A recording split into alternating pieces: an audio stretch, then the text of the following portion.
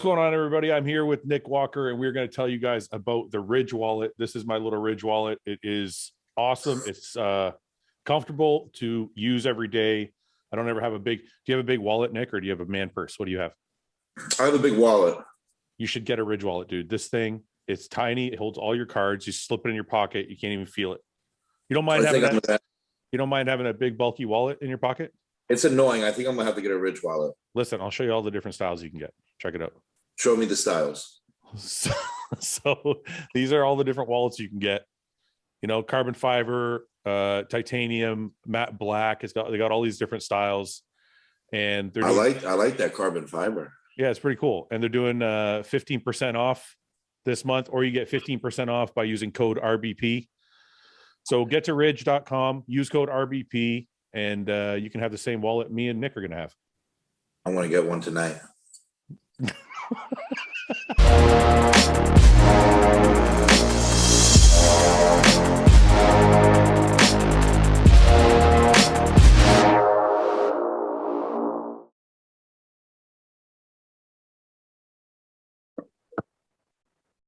Roman, I think you're going to host the show today. Okay, no problem. I love it. I love it. You're like, okay, go. It's all you, brother. I'm fucking tired as fuck today. Take over. Okay, Ben, how you doing? I'm doing good. See, Roman's not phased by fucking anything. No, he doesn't care. He's like, the rest of us would shit a brick, right? And Roman's like, okay, man, let's fuck it. I'm good, man. How are you? I'm okay. Yeah. Yeah. I just trained. I trained for. No. For the Indie Pro. Yeah. Yeah. Now I had to postpone a little bit. Because right now what I'm doing is working, and I figured I can't stop. I got to keep, keep riding it out until it stalls. I've had some conversation with clients about this because they're like, "Oh, well, we're going to do a show," and I'm like, "We're like, no, let's not cut. Like, don't cut it short. Like, everything's rolling the right way." So I get it. Yeah, you don't want to stop your progress once you finally started making some good gains. I started dieting for 2 weeks, and then I felt, this is still not enough, and it has been working. And every time I trained during the last 2 weeks, I was like, I'm not doing I should be pushing on. And then honestly, I talked to Fouad, and then he kind of gave me the spiel about his career, how he should have done, and because I told myself I'm either going to quit or I'm going to keep going. And then Fouad's like, nah, man, you can't quit. So I had to set him straight. Yeah. Hey, I got a different fucking answer. I said I'm going to quit or carry on. He told me to quit. Fuck it. Roman, you're the host. You're supposed to say hi to fucking Iain. Yeah, I didn't let him in. You should have. But you saw him and you didn't say hi. I wasn't ready yet. So Iain, how you doing? Good. Thanks for having me. No problem. It's my pleasure. Did you change something with your beard? Yeah, I trimmed it up a little bit yesterday, cleaned it up, It was getting a little raggedy, so I just did it myself, just kind of give her a quick, The hair looks thicker too. I hate it when it grows up to here, right? No, I don't do that. That's Fouad's thing. I don't do that. Yeah, the hair's coming in full force right now. The front, at least. We'll not show the back. You got some height on there as well. You're doing the comb over thing. Like you cover the back. That's what I've always done. Yeah, but it's extra today though. Well, it's because just before this podcast, I just wet it and combed it. Did you see Lee Priest commented on the podcast we did when you said he had no hair? Yo, he messaged me. Oh, no. Did he really? Sent me videos of him filming his hair. He's like, "Hey, mate," my God. I was dying laughing. I'm like, "Hey, man." I sent you the screenshot. Pardon? I sent you a screenshot of that. He sent the videos around to a couple of us. Yeah, he sent to a couple of us, yeah. He loves it. Well, Yeah. that's fucking funny, man. I can't believe he took us that serious. Yeah. He was I proud, think I'm very getting proud of his hair. No. Lee doesn't take anything fucking serious. He's Australian. Lee doesn't take shit serious. He's laughing the whole fucking time. Oh, okay. I'm always getting requests by companies from Turkey that want to do a hair transplant for me for free. And I think I'm going to do it. Yeah, well, that's the company Chris and I were going to go down to see in December, but we had some visa issues, so we're rescheduling. But the Now Hair Time is who we're going to go see, and they offered same things like pay our way for us. They're in Turkey. Yeah. Are you going to do it, Roman? Cool. Yeah, I'm going to get this filled out. You know, just that little piece. I'm missing. And on the back where I got a little bit of a spot. Are you going to fill in the middle too, so it's thicker? They'll just fill the whole thing is what they'll do. Yeah, exactly. Yeah. You know what I'm wondering? Where do they get the hair from? They get it from the side? It's from your side, from the side hair. Yeah. Can't they take something from my back? I'm sure they can take it from other places, but I'm not 100% sure, to be honest. Hey, let me ask you guys something. So when you get fucking hairy, do you feel dirty? Because even when I retired, I would stop shaving so much. And I can't help it. I still have to trim. I can't. I hate it. Yeah. Yeah. Like I feel gross. Yeah. I feel fat. When I get a massage with the oil, and afterwards, I'm like, ugh, this is nasty. The worst. Yeah. Yeah. No, I got to shower before the massage and after. If I'm getting a massage too, I make sure I shave before it too, because I hate the feeling of like I got a massage yesterday and like got work done. Like I got cupping bruises like crazy. How much do you think cupping helps? I don't know. This is the first girl I've ever used that does it. And I mean, it seems to like, you know what I mean? It's like someone asking you like, it's, you know what I mean? How do you figure one thing in that mix of stuff, you know? I used to get it done. And what my therapist used to tell me was it relieved pressure in that area where they do it. Like it helped. I can't remember exactly the words he used, but it was to help relieve the pressure in that area and separate the skin from the muscle. Does that make sense? Sure. Kind of just pull everything up, unglue everything, you know? I guess, yeah. And he would do that before he like did deep tissue. Yeah, that's kind of what she does, yeah. Ben, she'll kind of work on it, warm it up a bit, and then she'll suck the cups on and work on the other side a little bit, and then come back, take the cups off, and then like really get in there, you know? Yeah. That's like the value of it. I think it helps to increase blood flow before they start like scraping it or anything. But I mean, scraping and like ART and that type of work, that's the real benefit. But like I said, the cupping will like prime it. The cupping is kind of just. I don't like these therapists. I don't like therapists that rely on, like, they'll put the cups on and then you can like hear them eating a fucking meal, and I'm just laying there like, I know you're sat in the fucking corner on your phone.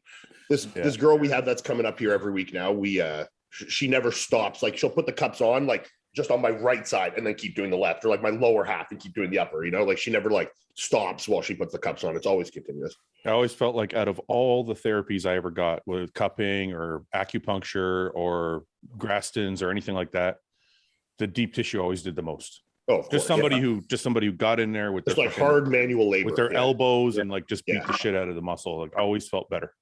Yeah. You know, with the Graston, with the tools, with the scraping, really, okay, it might work for adhesions, but I'm always worried that it injures the stuff around it that is still healthy. I talked to a therapist about that because I had the first person that ever did my Grastons for me. I would leave and my muscle would be like purple, like he was just scraping the fuck out of me, right? Yeah. And he was like, "Listen, it might be like you said, it might be getting rid of adhesions, but you're also causing trauma to other fibers." So it's like if you get Grastons done, there's supposed to be a little bit of red in the muscle, but it's not supposed to be like bruised. Yeah. So when I went and saw somebody else afterwards, I got it done properly, and it's just like a little red, you know, it's kind of like a light red mark on your muscle. So I don't know if that's going to damage anything, but like Ben said, it's more of something that's kind of priming you for like the deep tissue shit. It's not, I don't think it's going to be the be all end all of like your therapy. Remember for a while, everyone used to post their Graston, the afterwards, the aftermath, where all black and blue. We've all it was like a badge of honor. I'm like, look how bruised I am. I'm a hardcore. How much did they fuck you up? How much pain could you take? You know, I actually bought one of those on Amazon for like $150. It has all the different tools. Do you ever use it? Yeah. It actually helps a little bit. You know, people do like the massage gun. Yeah, I was gonna say, would there be any situation where you would go for that over a massage gun?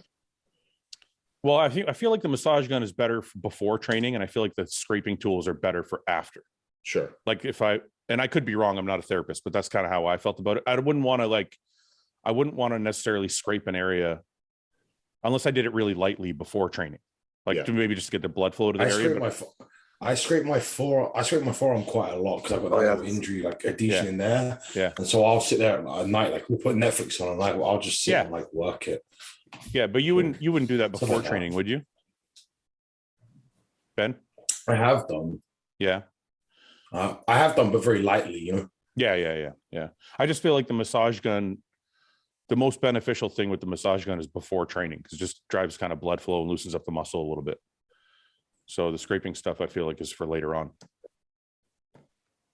Roman, it's all you, brother. You're running the show today. Yeah, what's the deal with this? Is he run the show? What's going on? Roman's hosting the show. He said he wanted to do it. That's why we're a little bit slower today. Yeah. He's got the key. Yeah. What else was going on this week? What else did you talk about? We didn't really talk about the Boston Pro. We didn't talk about Boston other than like us covering it. No, well, me and I tried to cover it a little bit with Nick and Guy and Justin, and they didn't even really want to talk about it. So what'd you guys think of the show? Great show. What'd you think of the placings? Do you think everybody kind of got what they deserved? Yes. Yeah, I think so too. Ben? So what did we have? We had we're pretty fair. We had William, Justin second, right? Kuklo third. Yeah. And then that's what we called that, right? When we were doing the live feed. Yep. And then Samson fourth. I think some people had Samson in front of Kuklo, but I think Kuklo's conditioning was a little, Kuklo's conditioning was a little better, but I mean, obviously overall structure, muscularity, like things like that. Like when the camera's there, your eyes go towards Samson, but it doesn't necessarily mean he's better, you know? Yeah. Ben, you had Samson. Like when I'll and I'll say the same thing that I said at the Arnold. I thought Steve was sharper than we've seen him before, but I don't like that look on his physique. It took away. Yeah, it took away. He's like that impressive. Like when he comes out and he's fucking blasting full and he stomps his quad. And that to me, Steve Kuklo, you know, and this sharper, more streamlined version just looked pretty underwhelming to me. It took away from his wow factor, you know. I know you guys might disagree with me, but I feel like that's the condition Steve should be in. And to have the more muscle on it. That's what I was going to say. If he put on 5 or 10 pounds more muscle, instead of being the 285 that he was last year, where he wasn't as crisp, or being the 275 that he was this year and not being as full, maybe he just needs to add 5 pounds of muscle so he can get the combination of both. I'll say the same thing though. Being in person at the Arnold, what he just said about your eyes drawn to Samson. It wasn't just me. Everyone I was with was like, "Holy shit! I can't stop looking at Samson." Yeah, and that's compared to Bonac, compared to Brandon. Your eye is just drawn to Samson. He flows so pretty. I would have had him in both shows ahead of Kuklu. I have that dilemma every time I do a commentary with Samson in it. Last year during the Prague show, I remember we were doing the Prague commentary, and I kept saying during prejudging, I'm like, I can't stop looking at Samson. But I thought Nathan was going to win just because, you know, Nathan had beat him already a couple times. But like you said, your eyes always go to him. So really, it's the only thing that could be holding him back is conditioning. But his detail has improved much, especially in his leg, the sartorials, the separation. When you talk about Samson beating Kuklo or even beating Justin or Bonac, Samson's really moved up in the ranks in this last year. Like he's going to be in the conversation no matter what show he's doing. So what does Bonac have to do, what does Samson have to do other than maybe getting a little harder to start leapfrogging these other guys? I think he's a little bit more. Go ahead. It's your podcast, bro. Okay. Yeah. Sorry, I kind of took over. A little bit more like a 3D look in the chest back area. You know, when he does a front double, it could be more like pronounced and everything. But I don't think that's his chest. I think the front to back thing is more his back than his chest. He's got a really thick chest. He needs more back Yeah. thickness for sure. Yeah. You know, and especially because Shoulders. his hamstrings and adductors are so big and wide on that back shot. Yeah. You know, I think the back could use a little more for sure. Yeah. I would like to see how it Yeah. looks without the vacuum. What I the front, would. that How it front looks. pose? I've seen it. How it looks like Dennis Wolf would do it, just with the abs. Straight up. Yeah. Yeah, You mean the front double bicep? Yeah. Mhm. Just pulling up like I do it, not with a vacuum. Yeah, yeah, yeah. yeah. But I think some- the vacuum sets them apart. Oh no. Yeah, but when he's standing next to those heavy hitters like Kuklo, it makes him look. Sometimes I think it makes him look a little flimsy. You know, like I guess I know. Yeah, Yeah. Roden used to have a nice midsection on his front double too, you know? Yeah. That like crunch down ab. Yeah. I think some guys lose a little bit of pop and wow when they vacuum up like that. Like that looks great. I mean, it's beautiful to me. I Does don't Samson think have not big arms or really big arms? I can never tell. no, he's got great arms. Because like some They're shots, big. like I look at it, I'm like, oh, They're his big. arms need to come up. But then I see other shots, I'm like, his arms are fucking huge. No, like look, his arms are Yeah. Okay, they're good there for sure. Yeah. they match up. I mean, Bonak's are bigger, but and maybe Justin's are a little bigger, but they match up with Steve's. Yeah. I guess they don't, the bicep doesn't peak the same way. It's just the peak. I mean, his Yeah. arms are actually bigger than Bonak's. They're just different. yeah, they shape. don't peak the same way.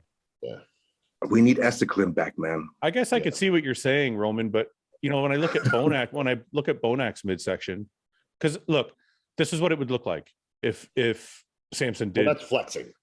No, I know. That's what I'm saying. If Samson crunched down like the way these guys are instead of doing a vacuum. I don't think he's saying crunch down. I think he's saying pull up, just not with the vacuum. You just pull up. Yeah, that's what Bonak's You know what I doing. mean?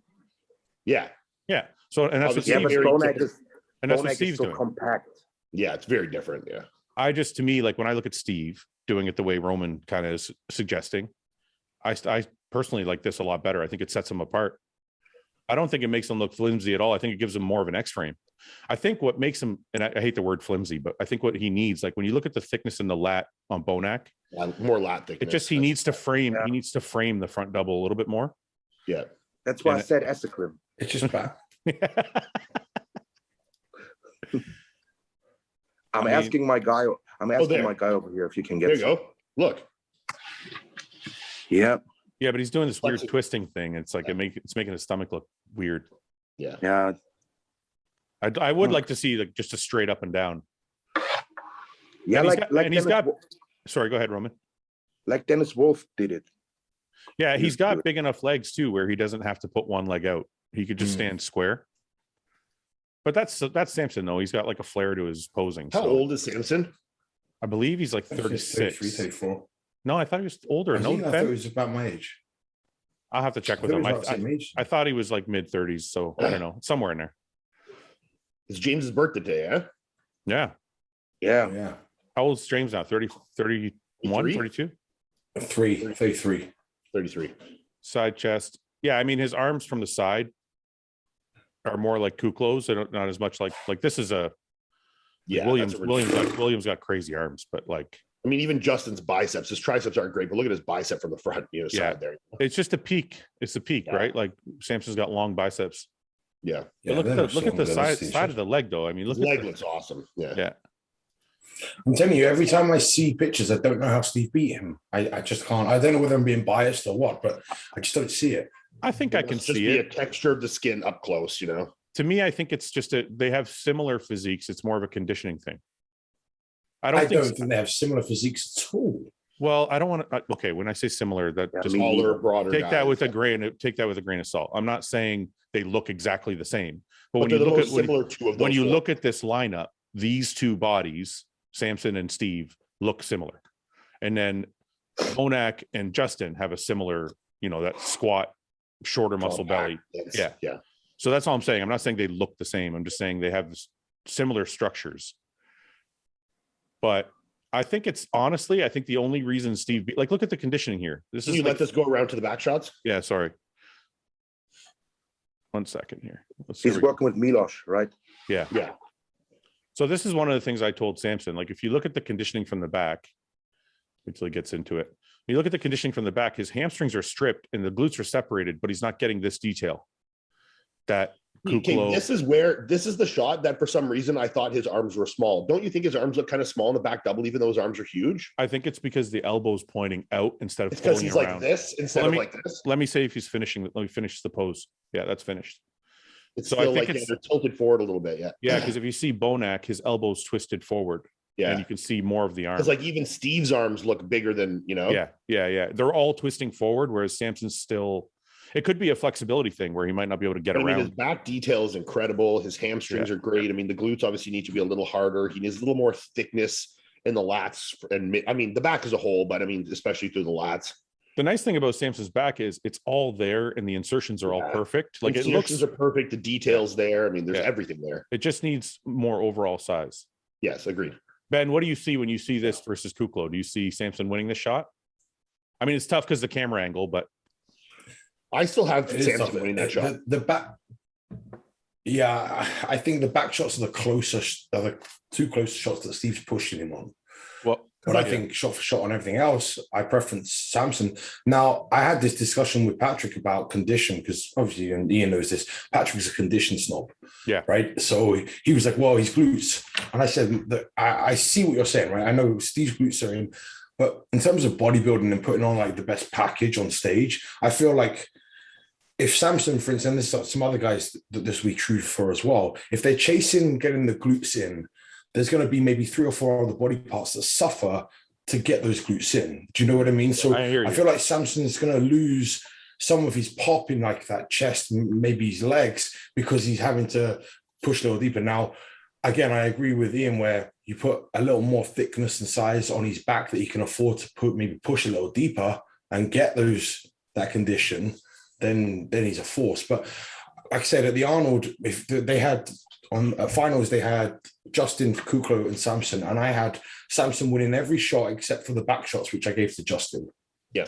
so I'm the most muscular. The most muscular I gave to. Because when I the look other at two this, as well. I still see that Samson, even though his back isn't quite as wide, it still has equal thickness, if not a little better. And I like its overall structure a little better. He does have better hamstrings, more separated hamstrings, wider, better adductors. There's nothing I really see worse other than the glutes, So what Ben said is 100% true. I remember when I started working with Hani, I knew you were gonna tell that story. dude, it's the truest thing what Ben just said, because my quads weren't big enough the first year we worked together. And he's like, he put me on stage not 100% shredded. And he's like, this is the best we can do with the package you have, because I would pull you down further, you're going to lose your legs. So I see what Ben's saying. If they pull Samson even harder, he's going to lose more of his back, which is his weakest. You have to strengthen your weakest link is basically what you're saying. So, but with that being said, you're still judging what's best on stage. So if this is the best that Samson can present, and that's the best that Steve can present, I believe that Steve is presenting a better package at this moment in time. Well, I agree from the back, and that's why I said the two back shots are the ones where I'm like, I can see them going away from Samson.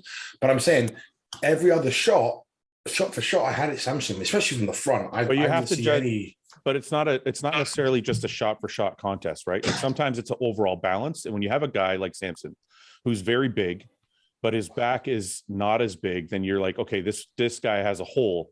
And when you have guys that are very close, like Samson and Kuklo, you start judging flaws, not shots. So you start looking at where are the flaws. And when someone's missing a back, from judges I've spoken to, I shouldn't say missing a back. He's not missing a back. But when it's not up to par with the rest of his physique, then they judge him a little bit harder on it. So I just think he's like, in my opinion, Samson is like 5% away from being in the top 6 at the Olympia. Agreed. He just needs a little bit more back. And then, like you guys said, he can push a little bit harder when he has that muscle and get a little bit more conditioning. Because I just, trust me, I love Samson. I want him to be the best, but I'm just being as objective as possible. So let's go around to some of the side shots. So we did the side tricep or side chest. So does everybody have Samson here over Steve? Over Steve, yeah. Okay. Yeah, the side leg and everything. I don't know if it's better than Steve, but he's posing it better than Steve's. That's for sure. It looks like it has a deeper cut, but when you're there, it could be different. in this video. In fact, like, at the Arnold, it was the same story in person from where I was sat. Okay. Let's see.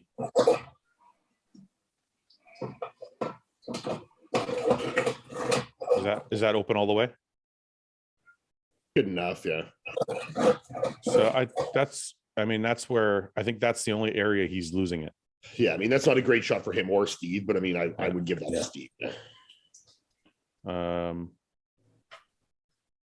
Side tricep.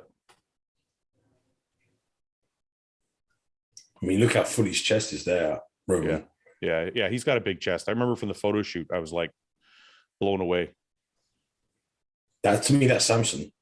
See, it's close. I mean, Samson's got better chest. Steve has better shoulders. They have equal triceps, but Steve's overall conditioning is sharper.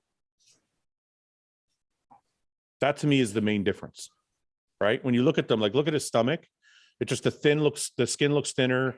All the muscles are all the separations a little bit deeper in the shoulder to the tricep. Like there's very small things that are making him look a little sharper. And I think that's the main difference. If we're talking about muscularity and structure, I mean, Samson has that over everybody almost.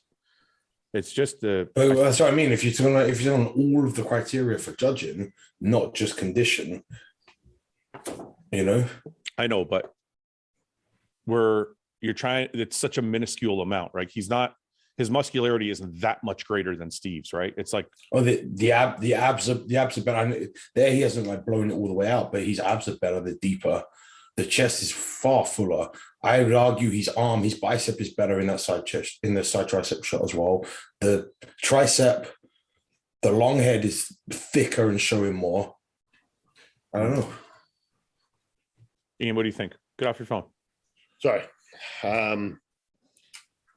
Yeah, I mean, see, it's like, even though Steve's conditioning is better, like you look at the side leg, like it's still more detail to me on Samson. He has more muscle there. Yeah. Yeah. I mean, like you can still see like, you know, his hamstring drops a little better. The cutout between the glute, hamstring, quad is a little tidier. You know, I think Steve doesn't have super detailed side leg there, but you can still see, you know, through the midsection, stuff like that. But I mean, that's a pretty close shot between the two of them there. My only thing is I'm thinking like a judge, and I see a level of conditioning in these three guys that's a touch sharper. Yes. And I feel like that's the only thing they want from him. Maybe more back, obviously, but like I feel like that's what they're waiting for. They're waiting for that, like, oh, there, he just flexed it. It's even better. Yeah. Yeah. That's what I mean. He's not in that. That's still his midsection. He's not crunching that. When he does, it will show more. I'm sure of it. I mean, look, I don't think anybody would have been upset if Samson took third. No. I mean, that ab and thigh, Steve needs to go to Turkey, huh? Yeah.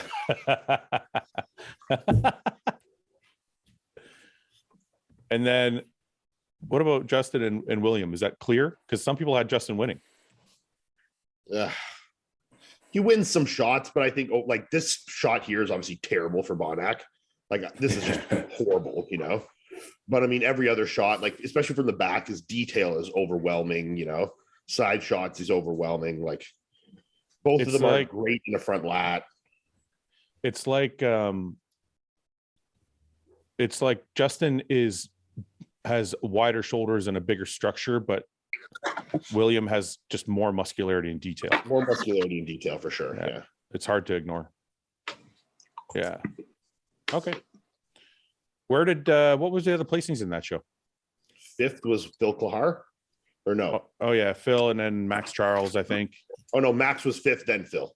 What did Regan? Regan didn't do the show, did he? Yeah, he did. Regan was seventh. That's a fall from grace for Regan, no? And then Nate Spear was eighth. Is that a what does Regan do now, man? Like, why is he? He said he was shutting it down to the Olympia.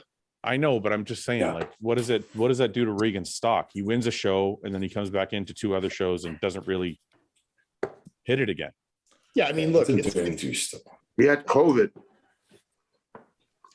Yeah, I mean, look, I think people underestimate or overestimate how much time he had between those shows at the end of the year and this. And I myself was included. You know, I expected him to be significantly improved since those shows that he won, you know, the KO Pro at the end of the year in Romania or whatever. It's like those were just in December or whatever. It's, you know, I mean, he was basically one prep into the next, and expecting, you know, gigantic jumps in muscularity, especially, is obviously a little unrealistic.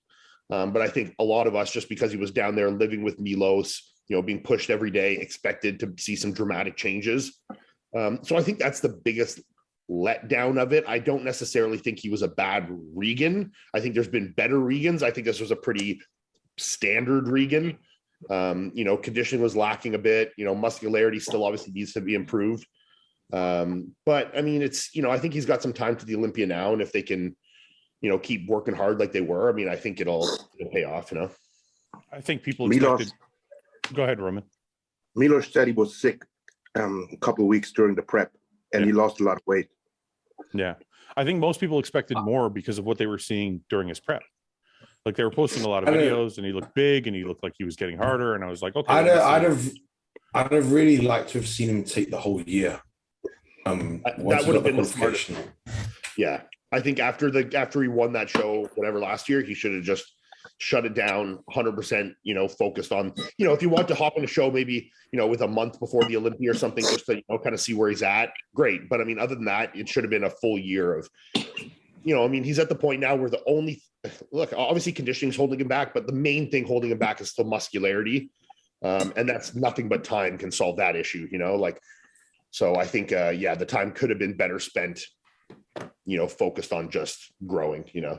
I think Regan, I also understand having a new coach client relationship, and, you know, because he came off the Olympia and he was already in shape, and they, you know, took a quick stab at it and had some good success. So they're like, okay, let's strike with irons hot, get into the Arnold, do some things like that, you know. And you also have Milos, who's a guy who's done a bajillion shows. He's obviously in favor of doing shows, you know. So I get the logic behind doing it. I just think it was a little bit of a hasty decision. Roman, can you mute your microphone? Yes. You chowing down? I think Regan likes to compete, from what I've heard, and I could be way off on this. So if Regan, you're listening, I apologize, but I've heard Regan doesn't really like long off seasons. He tends to. Well, I mean, none of us like long off seasons. Yeah. I'll tell you this though, he'll like placing higher at the Olympia. No, listen, I'm not saying you guys are wrong. I'm just saying I think that's why he jumped in. He doesn't like, from what I've heard, he doesn't like taking a year off, and just like, it's too monotonous for him, right? I mean, Iain, I know you don't like it either, but you did it. Like, you've been sitting out. Yeah, you've been sitting out for a reason. So I think that's why he keeps doing that, even though it might not be in his best interest. Fucking Roman. Roman's on mute. All of a sudden, he starts shoveling away. Fucking done that thing already. What did you just eat, Roman?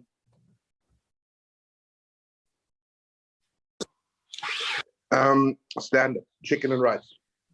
Chicken and rice. Standard. What? How much of each? I'm taking a little bit.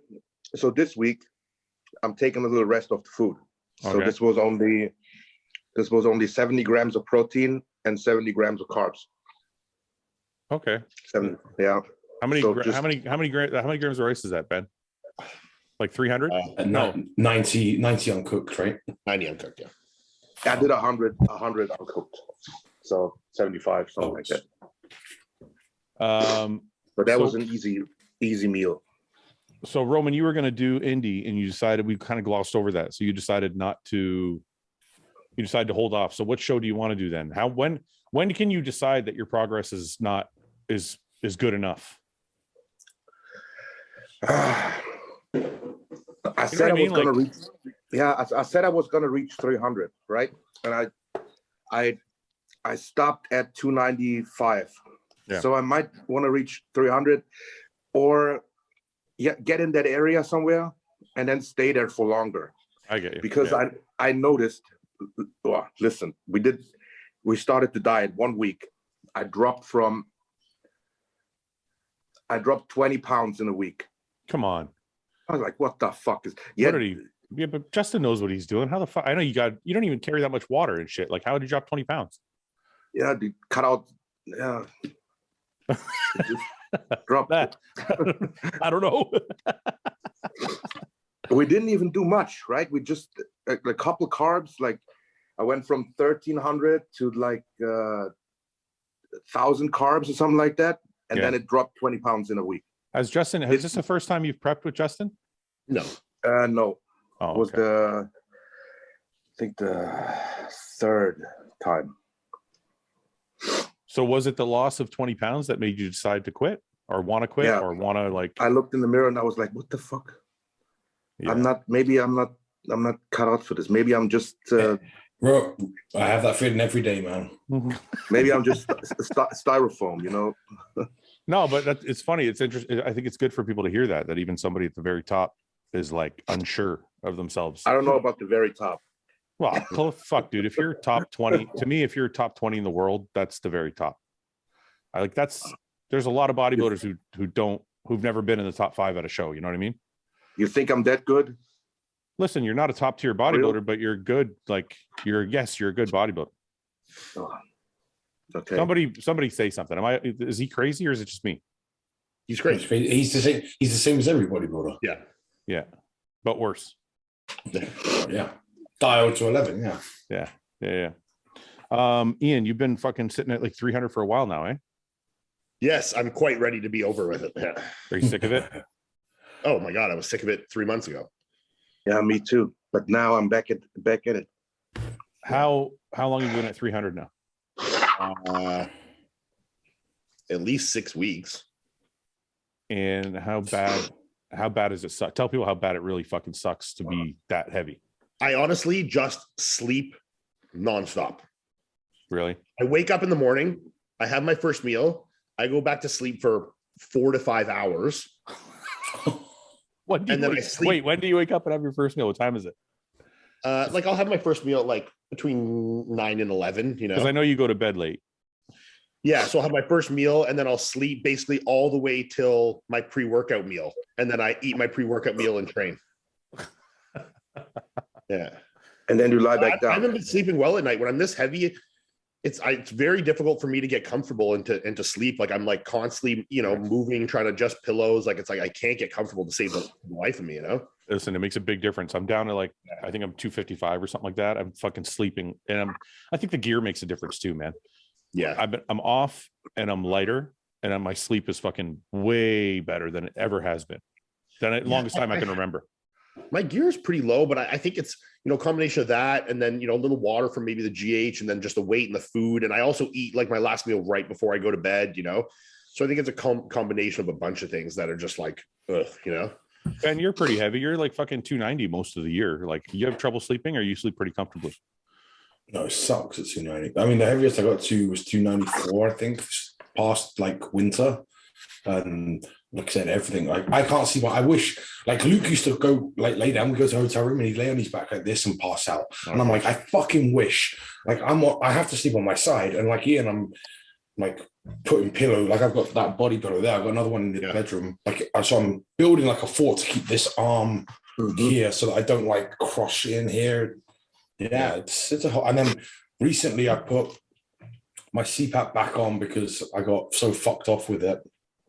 Because I pissed like 4 or 5 times in the night and it just in the end I was like, fuck it. Yeah. So I've started putting it back on again because I just noticed that I'm waking up exhausted, even though I'm down like 20 pounds and I'm still like I was 276 this morning and I'm still not sleeping great. Really? Like until I get down to like 260, then I'll start sleeping better. Well, once I get under 290, I'll sleep fine for sure. That's how I was too. Once you drop that initial like water weight from dieting, like the first couple of weeks after that, I would start sleeping a lot better. Yeah. And then it would get worse. Like when I got to like 4 weeks. Well, see, mine's it get worse in terms of you're like, hungry. Well, it was also because the, you know, increase in drugs and stuff and then everything together, it just made me sleep worse. Yeah, there's like that middle phase, right? Where like from but at that point I almost kind of like the sleeplessness, you know, like I go to bed, it's kind of like a quick light sleep. I wake up in the morning like nice and early, like, you know, it's different in prep. Like if when now dieting, I got bad sleep, I would wake up and I'd be like, fuck you, I'm going back to bed. Yeah, yeah. No, I know what you And mean. I'm like, gotta get up and do cardio, like go do stuff. And now I'm like, no way. Yeah. When you wake up at 4 a.m. and you're fucking 2 weeks out, you get really productive, and you're like, yeah, you just get up and do shit, you know? Yeah. I'll get up, have a coffee, do some work, like go get to the gym, get the cardio done, you know, get my meals cracking. Now, if I wake up at 4 a.m., I'm like, you're fucking serious? Like I'm going back to bed, you know? I mean, I got up this morning at 8:30. Yeah. Had my first meal, and then I slept till 11:45 right before this podcast. Ben's right though. The like 10 weeks to 4 weeks is probably my favorite time of the entire year, because you're eating enough where you're not starving. Your training is still awesome. You're light enough. Well, sex drive is still good. Like that period of time is fucking. If I could stay like that all year round, it'd be great. Yeah. So I started running. What? Really? Like jogging. Like jogging or like in like sprint? Roman's shock of his face. No, I've been taking my dog to the park every morning. I take him to the soccer field, and I use the chuck it thing to fucking whip the ball for him. And I decided I'm just going to run the soccer field. So I run the length of the soccer field and then walk back. And then I keep doing that back and forth. And it's only like the third day, but my fucking shin splints are fucking horrible. Oh my God. I'm like, I haven't when ran. You're heavy trying to run your shit, especially on grass, your shins will get fucked. Well, the grass is all uneven too. And I'm like, what the fuck? I'm like, my ankles hurt. My ankles hurt. My fucking shins hurt. I'd say running on a track makes a big difference, because you're that little bit of Mondo rubber will help cushion it. We've got a track like right by the school here. So when I was lighter, Denise and I would go and run around the track. You can get your scraping tool and scrape out your tibias to your shins. Yeah, that's a good idea. That would suck. Yeah. Well, I'll do it really light. Yeah, or even your massage gun, just to like get things loosened up in there, you know? Yeah, you know, but it feels kind of good. I mean, I probably look in my head, I look athletic, but I probably look like a fucking gorilla running to like but I'm like, I'm actually have a goal now to try and actually just keep running back and forth. Yeah. So it's giving me like do your knuckles touch the ground when you're running? So drag it along. No, I actually talked to Seth yesterday. What I was going to do is run the length and then throw a sandbag on my back and walk back. So that way I got a little bit of weight on me for the way back. So but then you're going to need 2 sandbags. Why? Yeah, because you're going to leave it at one end, and that's right. You're going to run back then, and it's going to be the other end. You're like, fuck. I mean, if you just left 2 sandbags there, no one's going to fucking steal them. No, of course not. No. So that's actually pretty good. It's been feeling good. I think it'll help me get lighter too. What's your weight at now? 255. I've been kind of stuck here. So I think Seth's like, you just need to eat less. I was going to say, you got T3 and Clem. Don't do that. I'm trying to stay healthy. I feel good being off everything. I'm trying to stay off everything for as long as I can. It feels good. I do really well mentally off everything. I feel happy. I feel super happy when I'm off everything. My wife was like, why are you so fucking happy lately? I'm like, because I'm not fucking all edgy and shit. Yeah. So anyway, I thought of a new contest that we should do, but Roman ruined it because he stopped dieting. But he's still shredded anyway. I thought we should. I don't know. I thought we should make a bet so you could get the most shredded. Iain and Roman win this. No, I'm going to take him out. No, I don't have to worry about. They have. I don't care. They're going to beat you. They have a lot of chemical advantage and motivation. What's the prize money? Let's actually put prize money on it. I'll throw in $500. Sure. When's this end by? Like end of by the Olympia? Whoever gets the most shredded in that time frame? No, like you're getting. Yeah, when we do the awards at the end of the year. Yeah, you're getting ready for a show right now, aren't you, Iain? I haven't started prep yet. No, I'll start at the end of this month. And Iain and Roman hasn't started, but Ben started. I started fucking back at Christmas. I'm fucking dragging this out. I just keep changing my plans. All right, what should we do? Who can get the most shredded? Anyways, my goal was to win the most shredded award this year. So that's what I set out to do. It's the same. Yeah. It's just Iain won that last year, right? It's just as good as a Sandow. Same thing. Did Iain win the most shredded, right? Yeah, Iain won the most shredded. Last year? Yeah, not this time. He'll defend his title. So Roman's going to take your title, Iain. Yeah. I think he's fucked up. Iain's going to have another nap. In Florida, how these fucking lizards everywhere. Yeah. So we get like at our condo here, we have like a outside like deck right there, Yeah, like a summer room. Yeah, and there's a lizard that like lives under our shoe rack under there. And my one dog, Doug, is like obsessed with this lizard. So he sits at the door and whines all day to go out there and try and fuck with the lizard, So he was just whining at the door there. So I just went and let him out. And then he goes right up to the shoe rack as fast as he can and like sticks his head under it looking for this fucking thing. He's probably under it right now. See? He's looking for it. Looking for the fucking thing. And he'll sit out there for 10 hours and do that. Ian, do you think Roman could take your title? Ooh. Most shredded, okay? Doesn't have to do anything with mass. That's tough. Yeah. I mean, wait a minute. I have the best chance here. I don't have to make any kind of weight. I You can have just, no you don't have to- anabolic advantage.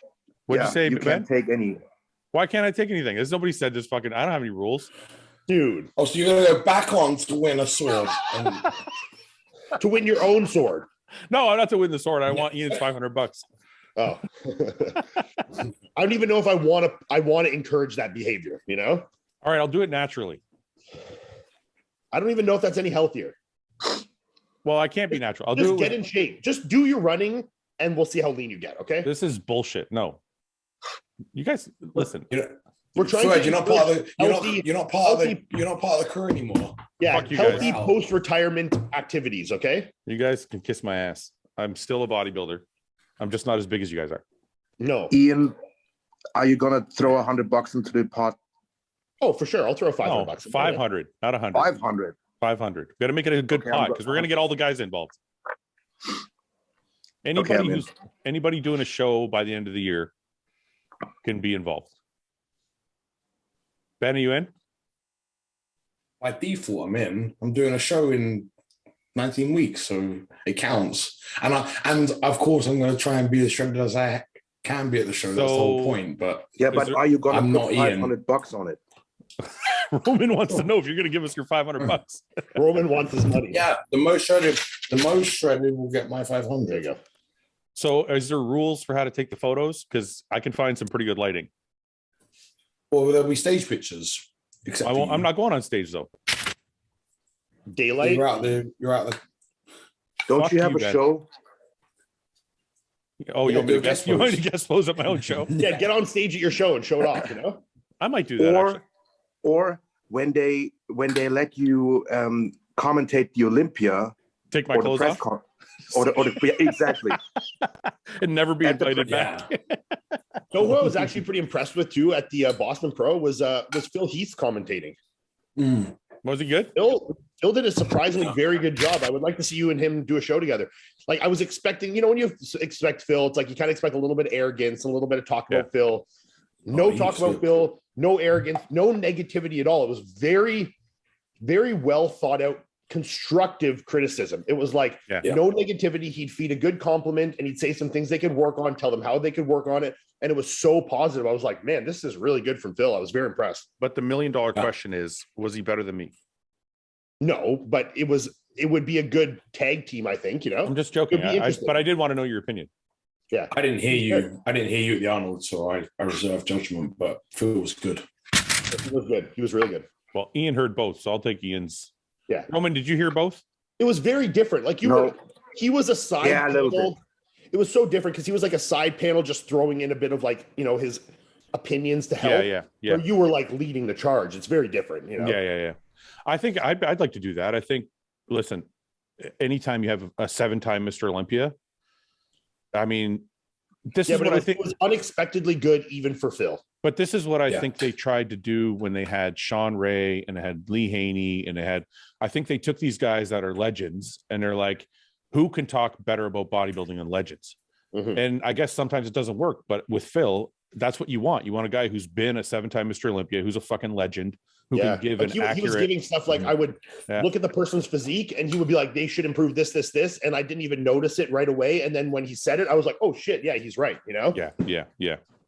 No, that's great. Yeah, he added to the to the show for sure. For sure. Like if I was a competitor, I'd want to go listen to that back and be like, okay, yeah, he's right. You know? When I spoke to the Arnold production team, we were talking about commentary and stuff. And I told him, I said, I think the main objective for any commentator should be teaching the audience.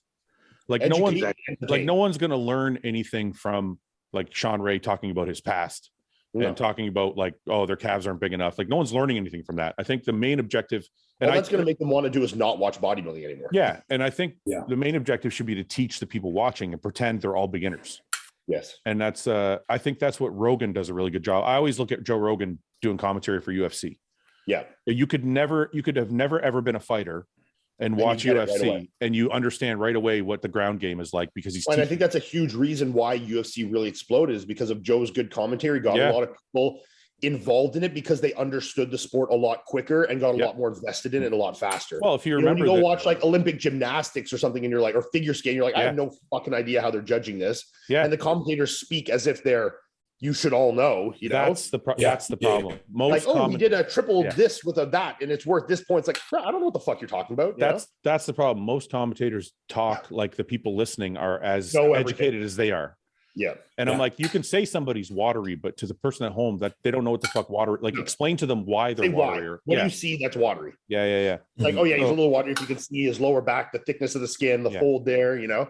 So with Rogan, if you remember back in UFC, I mean, I don't know how long ago you guys watched UFC, but if you remember, people used to hate when they went to the ground.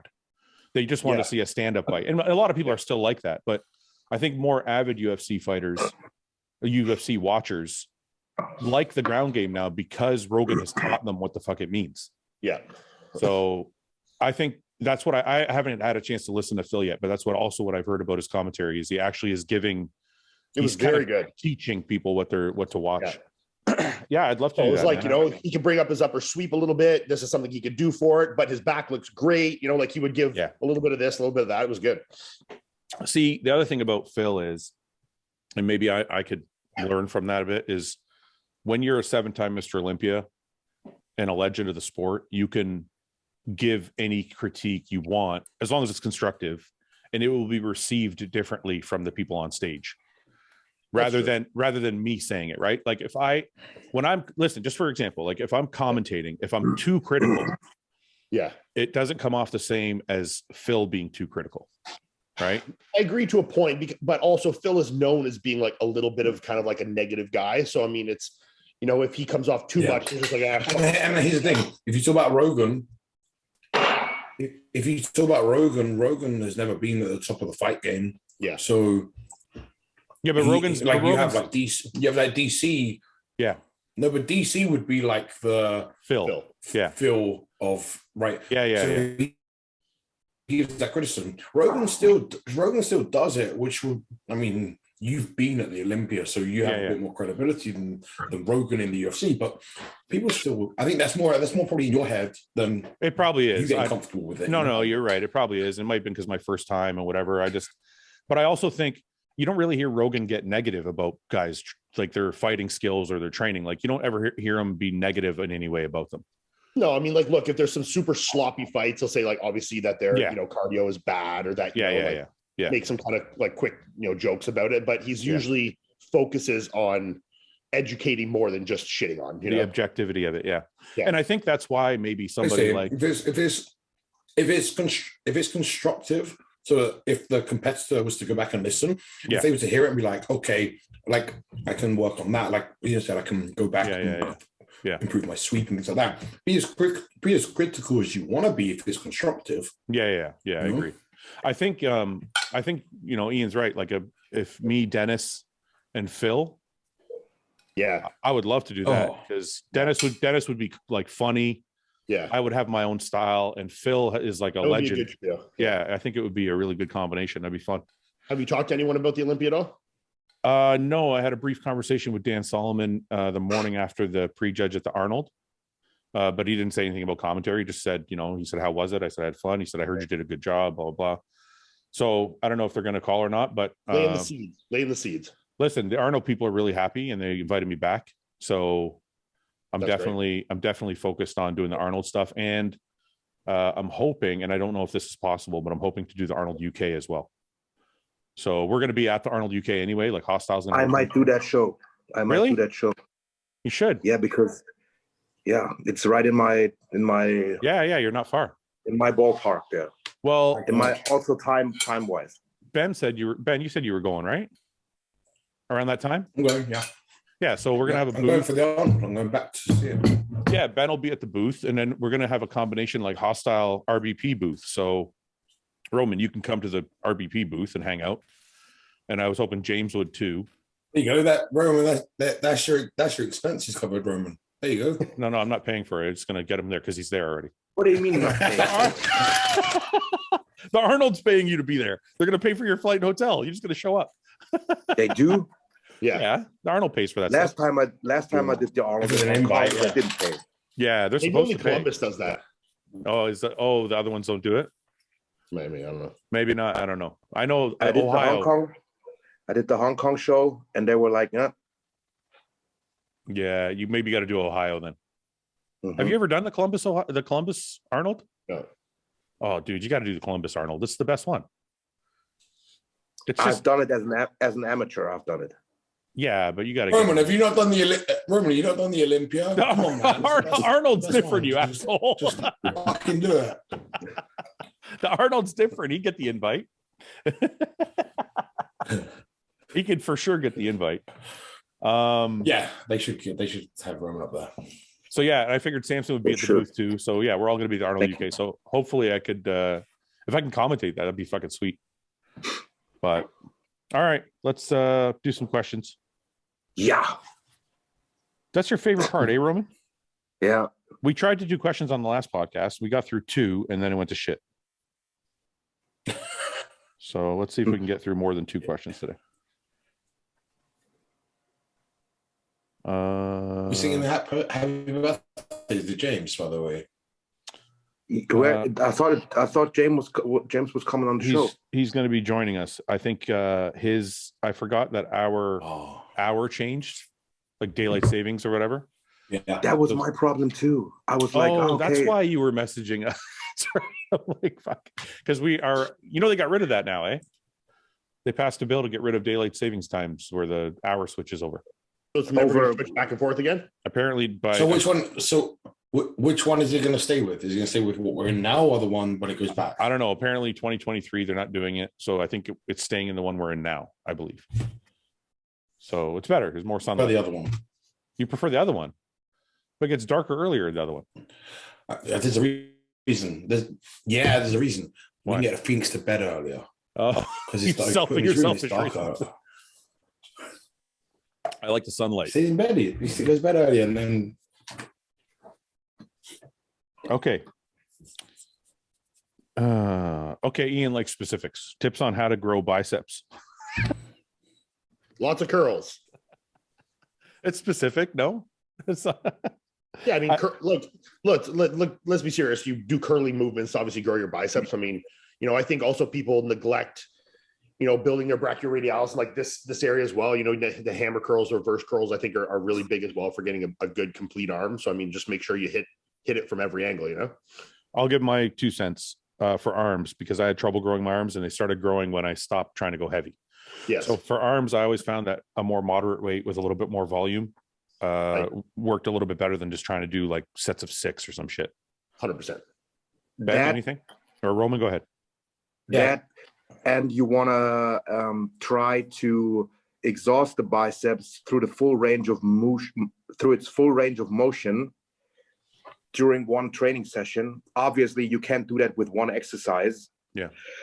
So you want to get one where you get a good stretch.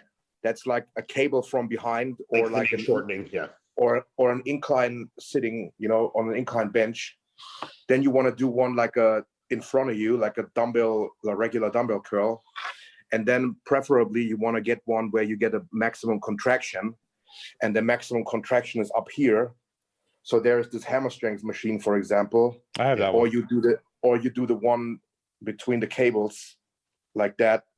So and the problem is most people let's do a barbell curl. So that's here. Yeah, They do an alternate dumbbell curl. That's here. They do it all in the same plane. Yeah. Then they do a cable curl that's here. and then maybe they do a hammer curl, but Probably not. but they've done the same movement 3 times. Ben, what do you got? Ben, anything? Yeah, well, Roman, the stretch position is a big one for me. I'd always finish the biceps in a stretch position, and putting an arm day in. I see too many guys. Look, I'm speaking like I have fucking 23-inch arms. I do not. Too many guys are doing like chest and back, and then tagging in their arms at the end as like an afterthought. If you're trying to bring up the body part, that's fine to keep those in, but then allocate a full day for arms and really get after them. Yeah, I was just going to say the frequency. So I've done that, Ben, where I did like a chest and tries on Monday, and then like a back and bis on Tuesday, and then did an arm day later on like a Friday or something. Yeah. So that now I just do chest and bis, and I don't have an arm day, just because obviously I want the turnover faster to focus on my chest and my back and stuff like that. Yeah. And my arms are pretty decent, so I don't worry a ton. But I mean, in that case, when I wanted to improve my arms, I would always have an arm day. Yeah. The thing I see the most is what Roman said is not just hitting it from different planes, but also just the full range of motion. Yeah. I've never, almost every time I go to a gym or I try and help somebody, there's always that little bit left at the bottom.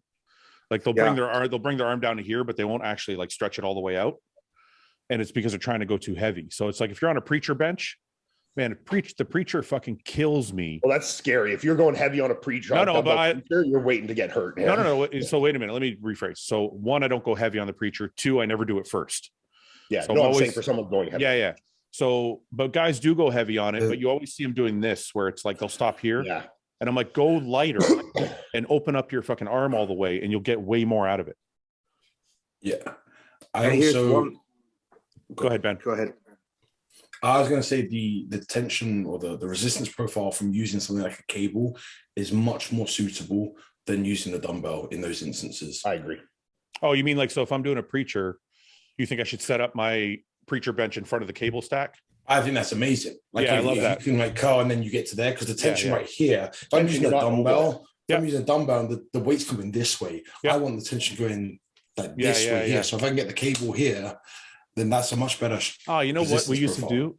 Actually, that's funny you said that. Me and John used to do a band for the same reason. Yeah, exactly what you said. We'd pull the dumbbell, the easy curl bar up, and the band would be pulling it back down that way, right? Yeah. So same premise. I mean, I actually, if you can't do that and the gym is too busy, I actually like a Scott curl for that reason. What's a Scott curl? Can you explain? So when you're on the preacher bench and it's like this and then this, you're going up the back. Flip round and pull over it the other way. So that way you've got the dumbbell. Yeah. The hang curl. Yeah. I call it a spider curl. Okay. Is it the same thing? Okay. Yeah. It's similar. Yeah. Essentially, because then what you're doing is when you're over the top of it, you're going to here straight down. The profile, the weight resistance is coming down this way. Yeah. What you want to do. And you can tell. You know what? You can tell that's way harder, because whenever I do those curls, I have to use half the weight I use on a fucking regular preacher. Mm-hmm. Okay. Yeah, and you can do it another way. Like one more piece of advice. Mechanical. Sorry, go ahead, Ben. Yep. What were you saying? I was going to say, you can do like a mechanical drop set that way, where you go over, do the hanging or spider curl, Scott curl, whatever you call it, then flip round and do the conventional that way, because you're then taking that tension off the top. Yeah. Go ahead, Roman. I got one more. I think it's fundamental because it helped me. You have to go into your arm training session enjoying it and loving it. Because if you go into your arm training, if you train arms thinking the whole time, my arms suck, man, this sucks. Hate arms, yeah. I don't want to do it. I hate arms. Yeah. You're not gonna grow arms. It's the same thing when you go into a leg training session. You're right. You're 100% right. There are people that train legs and they're like, yeah, let's go do some squats. Yeah. And there's people like, oh, I gotta train fucking legs again. Yeah. And you can see the difference. Yeah. Nobody with great legs trains legs thinking and trains legs hating it. Yeah. No, you're 100% right, because I have a love-hate relationship with arms, and on the days where I go in and I don't feel like training arms, I usually have a shittier workout. Exactly. Like, on the days when I go in and I'm like primed for it, or I'm ready to like just to have a little bit of fun, then or if I get creative, I kind of sometimes with arms I have to get creative with my movements. If I do too much traditional shit, or I do the same thing week after week, I don't get the same feeling out of my arms. So, all right. Will you ever have Kai Green on as a guest? I would love to. He's been asked. He's probably really busy. Will Seabum ever be on the podcast again? Possibly. I don't know. He's really busy. What are your top 3 gyms to train at and why? Anybody want to go first? My basement. Number 1. My gym, number 1. Yeah. Yeah, my own gym. No, you know the gym I came up at, it was called Central Fitness in Windsor. It was like a old curling rink, like a massive like warehouse looking gym. And it was all kind of hardcore equipment. They had like 4 or 5 benches. They had like 4 or 5 hacks, 4 or 5 leg presses. They had a whole bunch of squat racks. Like it really felt like a hard gym. And they had two racks of dumbbells that went up to 150. And that's probably like honestly, maybe it's because it's my home gym, but it was one of my favorite gyms. Oh, and I also like Montanari Brothers gym in Connecticut. The one Evan used to train at. I've not been there actually. Yeah, I like that gym a lot. Red inside, right? Yeah, I think, is it red or yellow? And it's got the red neon lights and shit. Yeah, red. Yeah, It's red. It's red and yellow. Yellow machines. Yeah. So mine is it's called, a friend of mine owns it. It's called Gym 26. It's where I used to train at. And number 3 is tough. Man, of course, when I first went, the first time I went to Gold's Gym in 2010, I loved it. Yeah. But then I've also been to Diamond Gym in Jersey. That was great. Yeah. Then I've been to numerous gyms all over the US for animal, but the shootings, and they were all cool, you know. So yeah. But that's the animal photo shoots. You know, I liked American Barbell was nice. I like that. I like it's out in the middle of nowhere. It's kind of like a little small, though. It's a little small, like it could be a little bigger, but it's got a nice feel in there. Dorian's gym looks great. I've never been there, but Dorian's gym is like a showroom. It has everything you could possibly want. It's all about Dorian Hamilton. Yeah, Dorian Hamilton. It's all refurbished. It's all painted to match. It's all like the it's only nice thing, equipment, bad atmosphere. For me, I like a little bit gritty. Like Destination Dallas has like a gritty feel to it. Like I kind of like that, like a little bit of a nasty. Yeah. Like I've trained at Pier a few times, and like, look, in terms of equipment, it's almost unparalleled. Like, I mean, you'll never find a gym with that kind of selection of equipment. But if you're training alone, it's not the greatest atmosphere. Like you need to have a few guys with you to like get that energy. Like it's a bit big and stark, and sometimes it's very quiet. And I don't love that if you're training alone. Yeah. Let's see here. We got James, the birthday boy. Yo, hey, what's good? Can you hear us? Happy birthday, Can you hear me all right? happy birthday, Happy mate. birthday to you. Happy birthday to you. Happy birthday to James. Happy birthday to you. Beautiful. That was good. Honestly, made my day. We're like the worst boy band ever. Yeah. That was awful. That was a great rendition. James, how are you, man? I'm all right. I just flew home from the gym from doing quads, so I'm a bit What's that? What's in the background there behind you? You got an Atlas, and what's next to it? Is that Redcon stuff? No, that. Can I actually get one and show you, please? Yeah, that's what I want to see. Pride and joy. You sound really excited. I want to know what it is.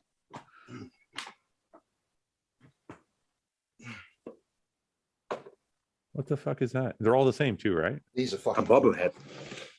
So I'm obviously a massive fan of Resident Evil, yeah? Okay. Yeah, which is a game franchise. And Yeah. these are little duck characters from the game. Oh yeah. Oh, are they all the same? No, they're all different characters. There's 9 collectible, and I've got them all. Is it the kind of thing where you keep it in there, you don't play with it? It's worth something. That's one what day? I'm doing. Yeah, I'm hoping one day this will be my fortune. What if So it's, I don't know if anyone ever played My Resident Evil. Yeah, if you ever played Resident Evil 3, it's Nemesis. what if it's worth nothing one day? Then they still. Let me show you my collectibles. I'm Wait, just gonna grab a dildo. Wait. He's gonna grab a dildo. Watch. I don't want to see the sex toys. I hope they've been cleaned. I wish I had a hobby like James. I don't have any hobbies like that. You've got loads of hobbies. You're Like not what? living in them. What do I have a This- hobby of? All this Got a stuff. Bulbasaur. Oh, that's cool. What is it? Is that Pokemon? Pokemon. Pocket monster. I said it on purpose. Dad I said it on purpose to pitch because I said yeah. it last time. I said last time Roman was on, he got mad at me. Well, I was just trying to pretend he's old. Yeah. He knows. He was Look at around for the Pokemon era. We were talking about dogs last podcast, Ian. How much does your dog help your mental fucking health? Oh my God. It's like I night mean, and right day. now I have that one there, and then this one is between my legs. James, do you have a dog? No, I'm a cat guy. I know. I do like dogs, but my mum always had a dog, but I'm a cat guy. Are you going to get a dog or no? I'm not responsible enough. No, you don't want to be bothered Me to neither. like take it for walks and shit. What about Roman? Roman, no? I would like to get a dog, but I'm always, in between because, like James said, there's, you have to be responsible, and sometimes Yeah. I'm not. I don't trust myself too much with that. It's a commitment. It's true. They're not that hard to take care of, man. You take them for a walk every day, and let them out to shit once in a while. I tell Go ahead, Ben. I'm less. I don't. This is bad to say this. I'm less into my dogs now. Having Phoenix, Well, yeah. like it attracted a lot because I used to be all about my dog, and now I'm like they stay outside most of the day. But Yeah. if you talk about like that mental health aspect, Phoenix has fulfilled that. If ever I'm feeling shitty, it's Yeah. just No, I said that. why. I said that to Guy. Actually, me and Guy were talking about it. I said, if you have kids, you probably don't feel the same way about your dog as Yeah. I do, right? But I don't have kids, so that's like my Yeah, but I saw you with your cat, and I thought that was cool. I showed Yannicka. yeah. Well, we saved that cat. That cat. fucking hate cats. Well, listen, Mate, Ben, you're that- missing out, bro. That wasn't Ben. That wasn't planned. That cat was left by. It was left. The whole litter was taken by the mother, and they left that one by itself, and it was crying all fucking day. So we saved it at it was only 4 weeks old. It couldn't even walk. Yeah, but Oh. there's rivers you could have left it in. Whoa. Listen, I'm the cat guy, took- Ben. We might have to have a little scrap. I took it to the vet, and the vet was like, "We're not going to take care of it. You were going to put it down." So I took it home, and I fucking bottle fed it and shit till it You was did old. the right thing. So Yeah, man, whatever I Ben think so. says. I think so too. That's cool. Ben's Yeah. ruthless. That's all. Ben, you're a cold motherfucker. I actually, do you know what? It's one of those things where I wish I did like cats. And I said this to my wife the other day. I've almost developed a phobia of cats where I was like, I hate them. And I told myself I hate them so much that now I'm like, get it the fuck away from me. Like it's almost turned into this thing in my I think head this is with a lot where of I'm people. like, I can't. What'd you say, Ian? I think that's very common with people and cats is that it's a created fear of But a fear of what? They're so gentle. They don't do shit. Well, they're not. No, all it's not. I don't want to say it's not fear. It's like I'm just like I don't want it near me. I don't want to touch it. It's gross. It licks its out. Like I'm just like Dogs You know, are a dog licks his ball bag. Dogs are more. yeah. gross. Look, I'm not saying it's logical. What I'm saying is I don't like cats, and then it went from I don't like cats to I hate cats. So now I'm like, get it the fuck away from me. Get it out the house. I don't want it near me. It's turned into this. It's irrational. And I know it's irrational. I just can't stop it. I fucking hate them.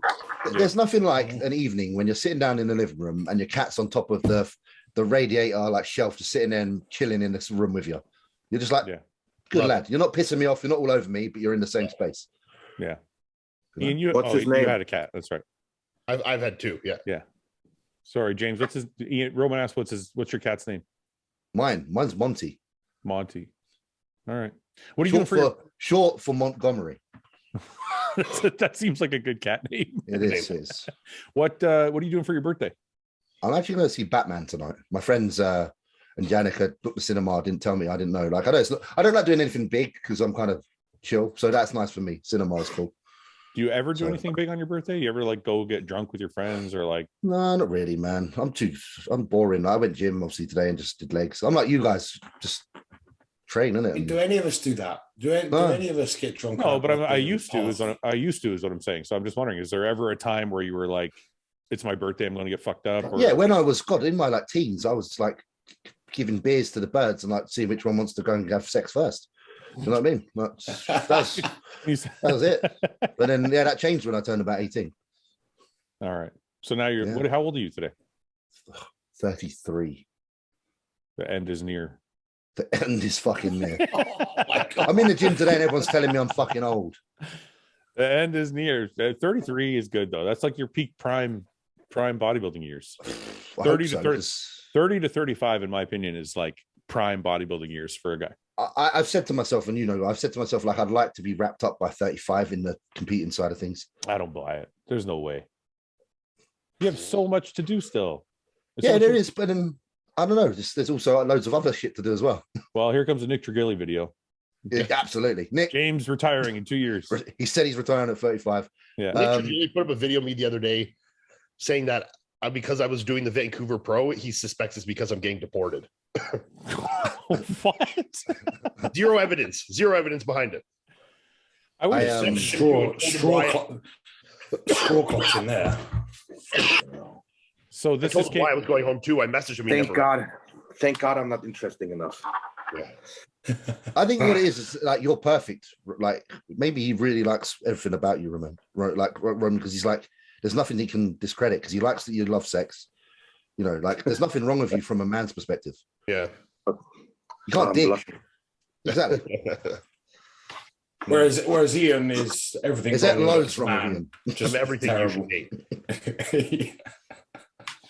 So James, what do you make plans every year for your age? Like you're like, I'm 33. What do I want to get done this year? Or do you not give a shit? It's just another day. Like, do you contemplate? Do you think you reflect on anything, or you have any? I reflect a lot, man. I reflect a lot. Of course I do. Yeah. I definitely reflect a lot. Positive and negative, I had a bit of a moment earlier because my sister, like, I might even cry. Just bear with me. My sister sent me a card and it had a picture of me, my mum, and her. And I was like, fucking, yeah. It was a really nice picture. Like, I like to say it on here because you boys are my friends. So it's like, I don't mind sharing emotions with you guys. Yeah. And I was like, fuck. I said, Yannick, that just fucking like hit me hard. Because it was just like, I think it was like one of the Christmases we had. And I don't speak to my sister all the time, but seeing a picture of the three of us together, I was like, wow, the feels. But it was nice. It's like the perfect present and but a hard present kind of at the same time. How old is your sister? 2 years older than me. She's 35 now, I think. How often do you see her? Not often. She actually lives in Norwich, which is like a few hours from me.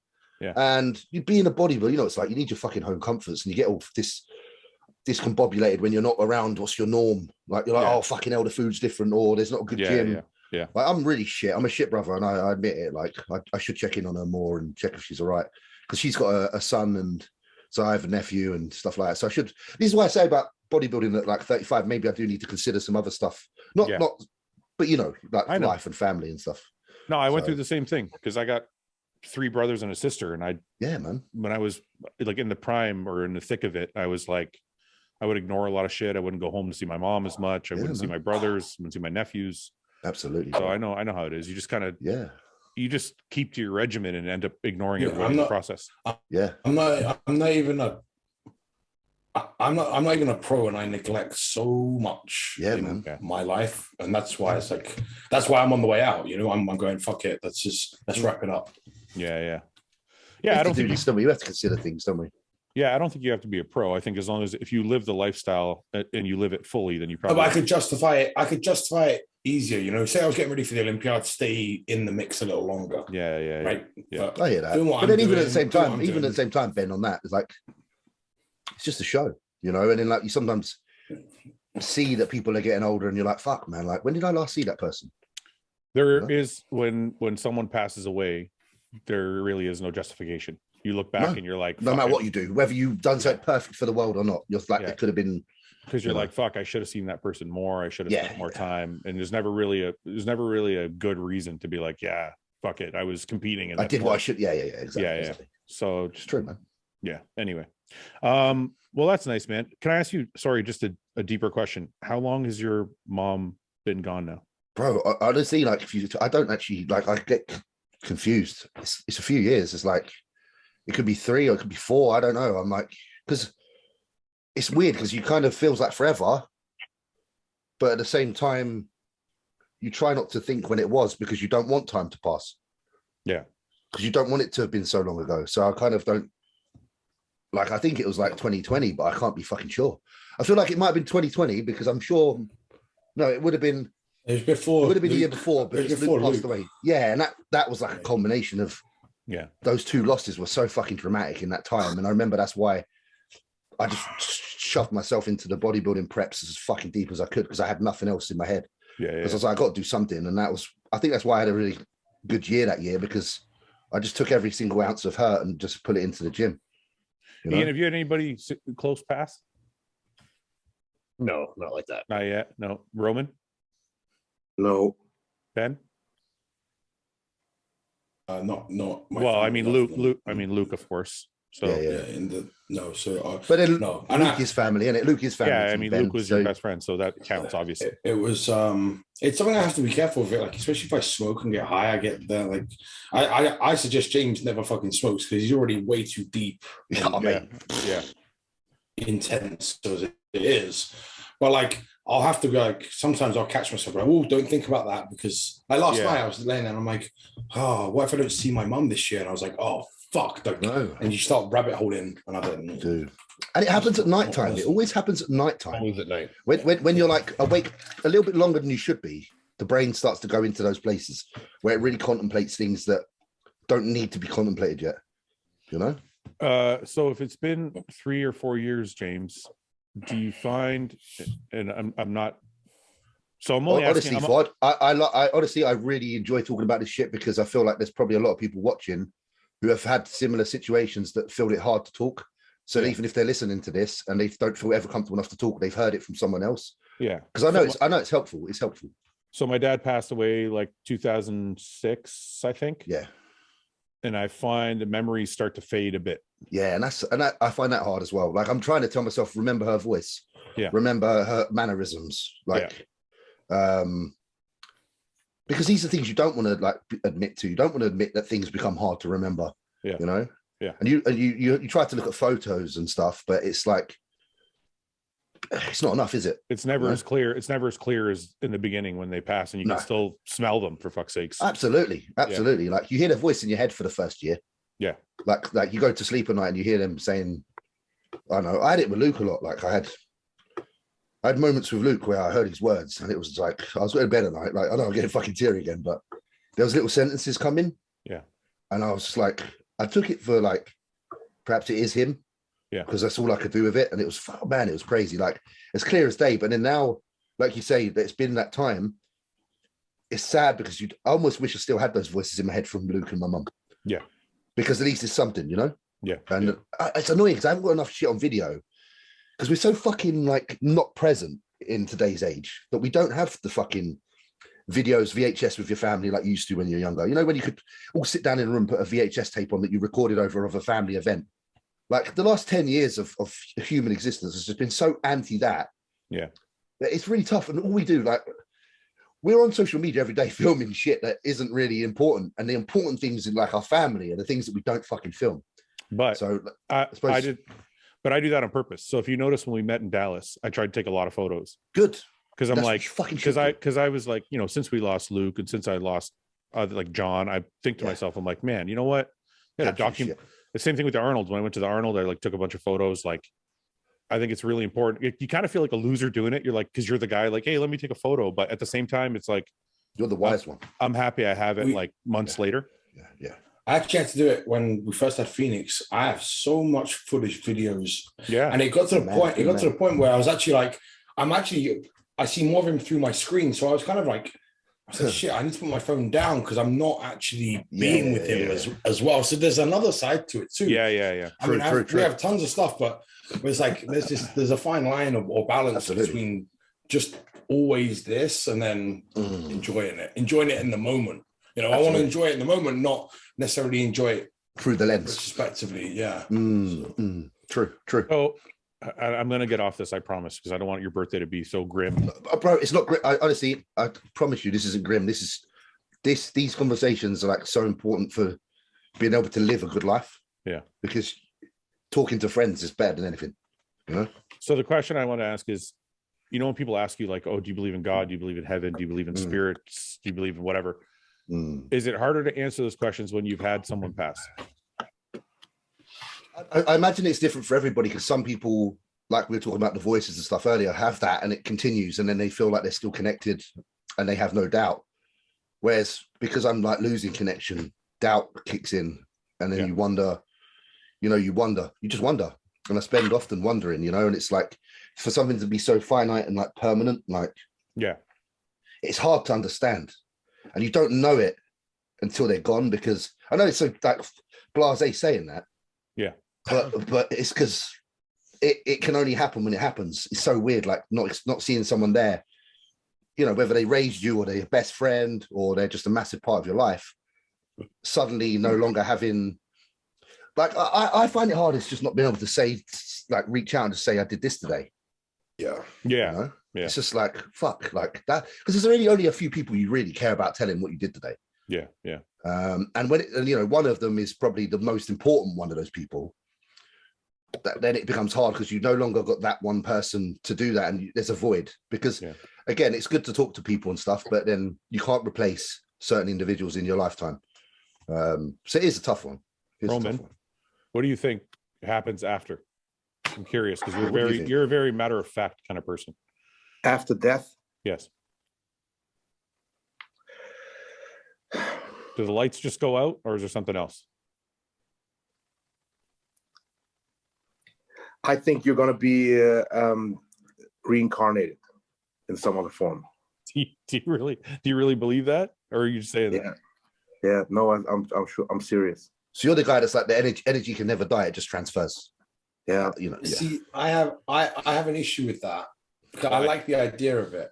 Yeah. Yeah. Because there's more people alive. There's more people alive today than there was 1,000 years ago, or even 200 years ago. Or so, where have these new souls come from then? If we're just going to get recycled into new bodies. No, he's not saying bodies though. You could come back as like a bird. Yeah. Okay, but there's more organisms then alive today. Birds, humans, animals, mammals, whatever. Yeah. Today, than at any other point previously. Yeah. So there's You going to don't be... know that because there's extinct species. This is no. There is more living things on the planet today than ever before. That's true.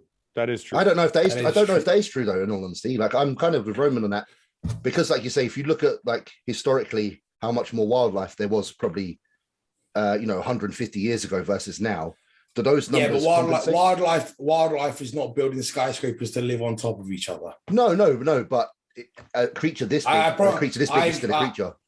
I wouldn't mind betting that they're...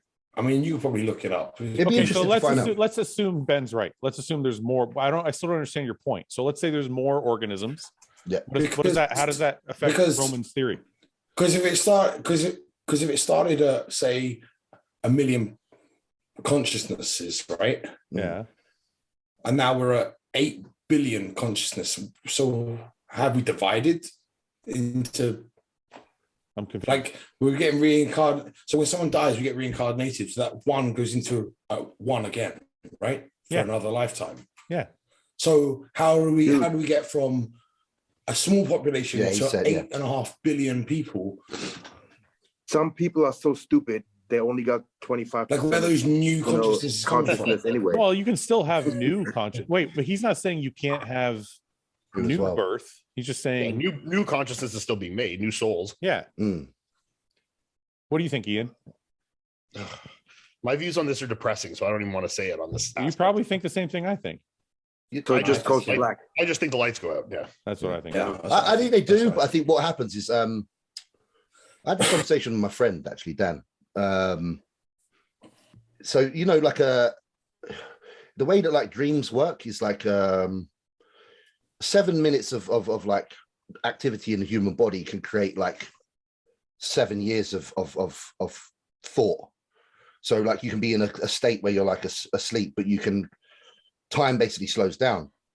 So on your like deathbed, your last thoughts I think happen, but they happen and they last a long time, which is ultimately your afterlife. So you're gone, but there won't. I think there'll be like there's a consciousness that lasts for a time because time is kind of excluded in that period. I know this sounds really fucked up and weird, but you can basically cram a lot more thought into your period of passing over than you know. So your lights are going out, but during that, like whatever this 30 seconds in real life, there could be 20 years of existence in thought. So you have a time after, and it'll be thoughts, whatever were in your mind. So you create your own, I suppose you create your own heaven or hell. If you die with a good conscience and you live in that subconscious for the next, what appears to be 7 years, then that's how you spend your afterlife. So ultimately, if you lead a good life and you pass with good thought and be around people you love and they're the last people you see and care about, you'll spend a very long time around them as things switch off. It's an interesting theory. I've actually never heard that before. Yeah, I don't know the ins and outs and the exacts, but it's something my friends like kind of discussed and looked into. So it would be the only thing that gets scary about that is what if you have a really good person that gets murdered? You know, of course. So you could live in hell, and that's the sad part. Yeah, but their thoughts would still be clean. No, your thoughts are fucking fear of. No, but I don't think he's saying. I don't think he's. No, but I don't think he's saying. I don't think he's saying like your thoughts in that very last minute. I think he's saying your overall. Yeah, I think it's an accumulation of life. Yeah. So your life thoughts get then, So Summer was just telling me that, you know how they say like your life flashes before your eyes before you pass. That's kind of it, but it doesn't apparently that's true because they've measured brain function activity in like cancer patients and stuff as they pass. Yeah. And they said that all the memory, not cells, but they measured all the part of the brain that fires the memory. The neurons. Yeah. Apparently all of them light up like just before. But that would make sense. I think I'd probably do that in a conscious manner. If I was on my way out, I'd be like, okay, try and remember as much good shit as I can. No, but some cancer, be trying to remember it too. No, that's true. But I think some cancer patients are already, they're already out, but they're not dead. Typically, a cancer patient is given what they call a pusher, which puts them into a state where they're not present. Yeah. So then, only thing that's really working is whatever's in their mind. Yeah. So they're not conscious, right? They're already out. Yeah. Anyway, sorry, man. No. Listen, I think it's ever really cynical. Very important. What'd you say, Ben? I was just saying, I'm really cynical on the idea of an afterlife. I think it's something. This is just my perception of it that people have created to make it easier to grieve and think about, rather than. Yeah. I think that's why we've got to make sure. Ben, that's why we got to fucking make sure that the time we have on this earth we spend wisely. Because if there isn't anything after, then this is your shot. Yeah. Like, do what you want to fucking do and stop being so pressurized to be someone else or live the way that they expect you to live. Whatever makes you fucking tick, do it, unless you're doing something wrong, obviously. Well, I said it to Guy on the last podcast. I said, look, with the way things are going and the people in my life, he said, you're saying something about buying a truck. And I said, look, you don't know if you're going to live past 50. You don't know if you're going to live past fucking 45. I'm like, if it makes you happy and it doesn't hurt your life in the process, then fucking do it. Yeah. And that's kind of the way I've decided, like ever since John passed, especially. Yeah. That's kind of like the way I've decided to live my life. Like I want to do more shit just to, you know what I mean? To that point, because, you and I have discussed this with me retiring, which I know is insignificant in the grand scheme of things. But to that point, okay, I'm going to retire because I shouldn't be exposing my body to unnecessary stress that it doesn't need to. Sure. But by the same argument, I fucking love doing this.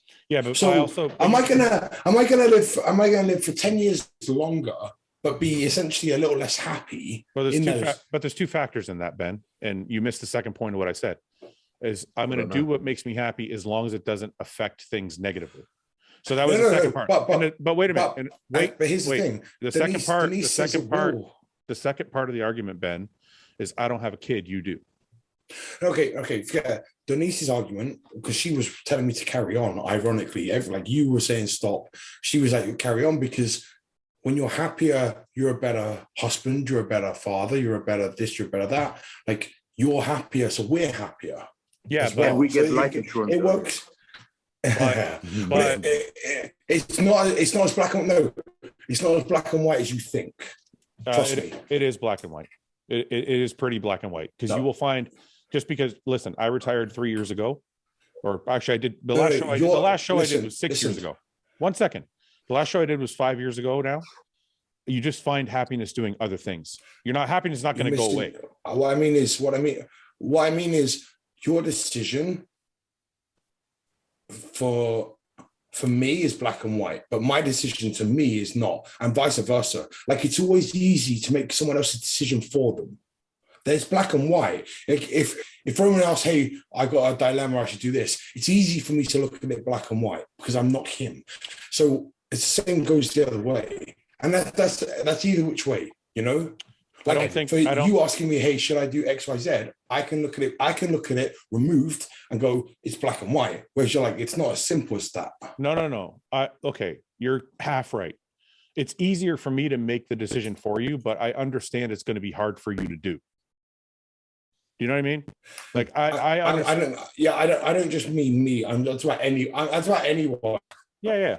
I'm talking about anyone. You know, I'm talking about anyone that has a dilemma. If they ask somebody, the other person is able to have a much more black and white view of it. But that doesn't mean that they're right or wrong. It's just they're able to look at it more. But it's usually, but the person that's not involved in making the decision usually has a more clear view of what it, like if I said to you guys tomorrow, you know what, guys, I think I'm going to take one more crack at it and I want to do the fucking Masters Mr. Olympia. Yeah, I'd say you're fucking retarded. You guys would all have a clearer vision. No, but and I would accept that. And you guys would all have a clearer vision of what the decision I was making than I would, because I would be emotionally attached to it. So the person outside of the decision always has a clearer view of what's more accurate than the person with the emotion attached to the decision. And I do agree, but here's the thing. Nobody knows my situation better than Denise, and nobody is affected more by my decision than Denise. That's fine. And even she was looking at it. Even she was looking at it from a different perspective and being like, it's not as clear as just stop doing it and then you'll be healthier, because you're going to be, there's more to it. She was looking at a bigger picture than you are. You're right about what you're saying. Obviously, Denise lives with you. She's your wife. She knows the most, and she has the most clearest picture. But what I'm saying is, if you call your friend and ask your friend for advice, he's only got the information you've given him to go on. Right. So yeah. You know what I mean? So they're giving you the best advice they can give on what you've told them. Yeah, no. She just has the advantage of seeing how my emotions are impacted when something is taken away from me that I love, and how that impacts on her being with somebody that's not essentially fulfilling their own life. Ian, are you smoking a joint? What are you doing? What? Are you smoking a joint? No, I was just getting my water. I don't believe you. Okay. I don't know how we end up going down that road, but next question. James, are you going to have birthday cake? Oh no, we were talking about life being short. I probably won't have birthday cake, man. I'm not really like. I had a meal off last night. I went out with the guys that own Kings. Yeah, we had a steak, and I just had chips, macaroni. I'm not normally someone to even eat off plan, but I thought, fuck it, let's have a meal and just chill with the boys. I even had a glass of wine. I fucking just chilled out. So that was kind of like my birthday meal last night. Well, what about your wife? She's celiac, for fuck's sake. I can't do shit with her when it comes to food. It's like I can't go anywhere. Like I have to literally be like so cautious of where we go. Bless her. Yeah, but you could eat and she can watch you. That's no fun for her, surely. She sees me eat every day, like 6 times a day, with all the shit in my beard. Bless her. So, are you doing anything? Are you guys going out together anywhere? Or doing we're gonna go watch Batman tonight. Oh, that's right. You're doing the Batman thing. So, yeah. Has anyone here seen Batman yet? I have. You know what pisses me off? You know what pisses me off in Germany? Tell me what pisses you off. I've already thought that when you mentioned Batman the last time. Yeah. There's all those movies. They get translated with German voices laid over it, and they suck. Yeah. Dude, all the jokes get lost because all the, it's all that sounds wrong. Yeah. Yeah. Then when someone says fuck or something like that, you can't translate that. Yeah. No. In German, sounds shit. Yeah. And then sometimes they get a specific speaker for, let's say, Bruce Willis. Yeah. And all of a sudden, this person isn't available or dies or something like that. And then there's a different voice, and it throws you off like completely. You watched all the Die Hards. That's an example. Die Hard 1 and 2 have the same Bruce Willis voice. 3, completely different voice. Yeah, fuck that. Man. Like, why don't you watch it in English? Why don't you just watch it in English? They don't put it in the cinema. I do, but in the cinema, they don't have the originals. Yeah. So. And then was the villain in Die Hard. You know the German villain in Die Hard? Did they dub him with a different German voice? They put him in English. Yeah, no, that was, and then the other thing, right? For example, in you watch something like Saving Private Ryan, or something like that. The American the GIs speak German. The SS soldiers speak German. So, Yeah. what the fuck? Yeah, it fucks everything. Yeah, yeah. Why don't they just leave them speaking English and put German subtitles? Yeah, people are probably too slow to read. Oh, okay. And that's fucked up. I couldn't watch. That's bad enough when you watch a fucking dubbed Eastern movie, like a good, I don't know, something like I'm trying to think of a film I watched. You know, you got films like Parasite and stuff like that. It's bad enough when that's fucking done like wrong. So bad. Yeah. So let alone when it's I don't mind the you dub. can Like, actually understand English. we watched Money Heist. It was a show. Any of those things, I watched them with the original voice with subtitles. Yeah. Oh, when you watch Money Heist. Yeah, you it's put it better on. to. I think subtitles are better than dub. Yeah. And anything that's in its original language, I watch in its original language and read the subtitles. I totally don't care.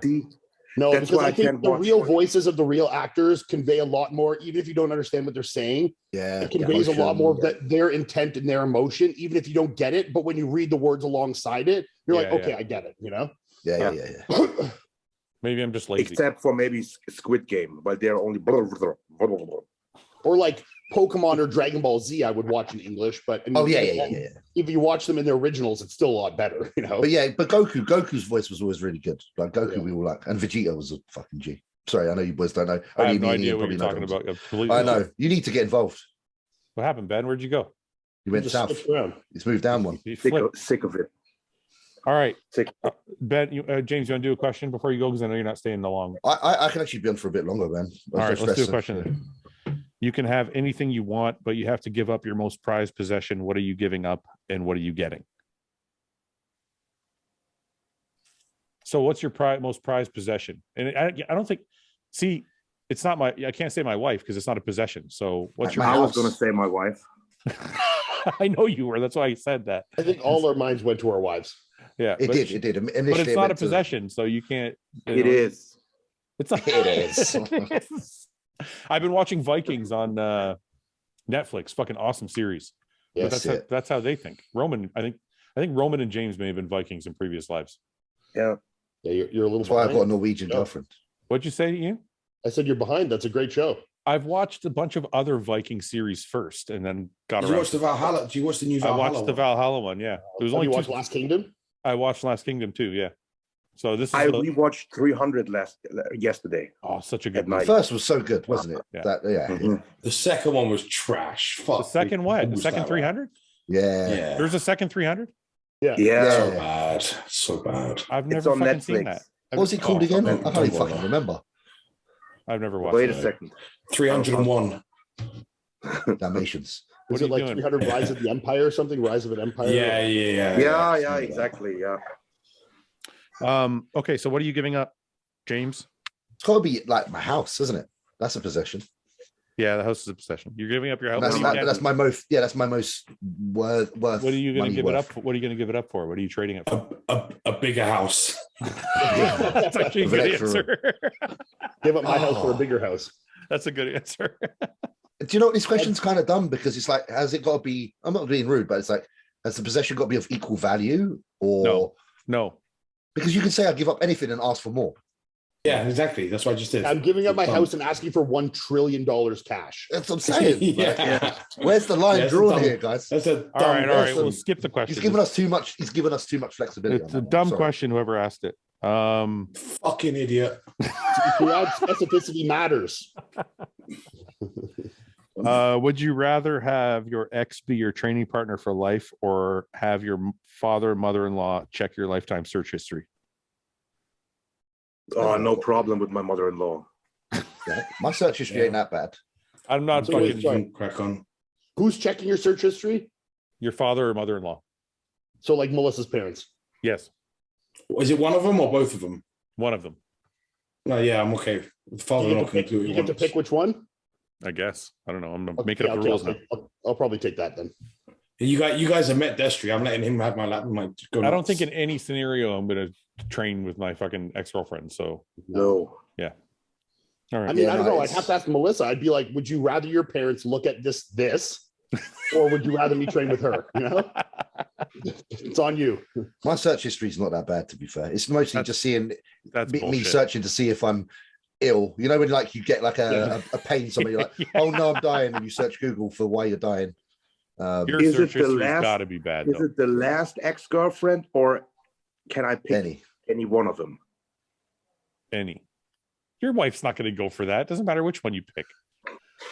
This sounds a bit off. It sounds like you wouldn't mind like paying a little visit to one of the. Yeah, I No, know. because there's some that wouldn't bother me. That's what I'm. yeah, That's but it would right. bother. Yeah, but it would bother her. Okay, Yeah, you didn't even think of that. different. Yeah, See, I only think about myself. Well, you got to weigh. Would it be more detrimental to your girlfriend than what the potential impact on your relationship with her parents could have from her seeing your search history? My in-laws probably would not give a bat an eye at my search history. Yeah. They'd be like, Melissa's whatever. parents are like a lot more like her mom wouldn't even know that like a butt plug is a thing, you know, like that she wouldn't even know that existed kind of thing, you know, like, so it might be a little shocking to her to see what I've Googled, but I would probably still rather Is that go what for your that. search history is? Just a bunch Yeah, of he's butt just plugs? revealed No. the search I history. know, of he butt just plugs. revealed it to everybody. no, Literally. that's entry level. There's No, I was just trying to give an example of something that she wouldn't even know. Are you Because like searching if I male, say she male wouldn't even know butt what plugs? anal sex That's is, what she I'm- wouldn't know what that is. Are you know? searching male butt plugs or female butt plugs? Just, all butt plugs. Just in general. Is there a difference? Share. Wait. There's a difference. There's a difference. There's a difference. There's a difference. There's a difference. It's like toasting with Why? the same glass. Isn't it? Well, because the male butt plug usually has a thing attached to you can tickle. How do you know this? I've Is this looked stuff up. What one of you got? So this is your search history, not mine. We're in Listen, for I've this. looked up listen, my search history has everything in it. I've looked Look, up. I thought a butt plug was If a you butt can plug. think I of thought it, I have searched it at some point. I'm Yeah. curious. Yeah. I'm curious as fuck about everything. I'm the same. I have to I also- see everything. I also wouldn't get too much shit for trading with an ex. No? No. Yeah, Denise is pretty fucking chill. I think Melissa would find me training with my ex quite hilarious, to be honest. Because she's like never stepped foot in the gym in her life, you know. Yeah. Hmm. James, your search history is not fucked up. You're not. You seem My like search you seem history like a used to just curious be- person. I'm curious, and I just remember I used to search a lot of ebony porn. Yeah.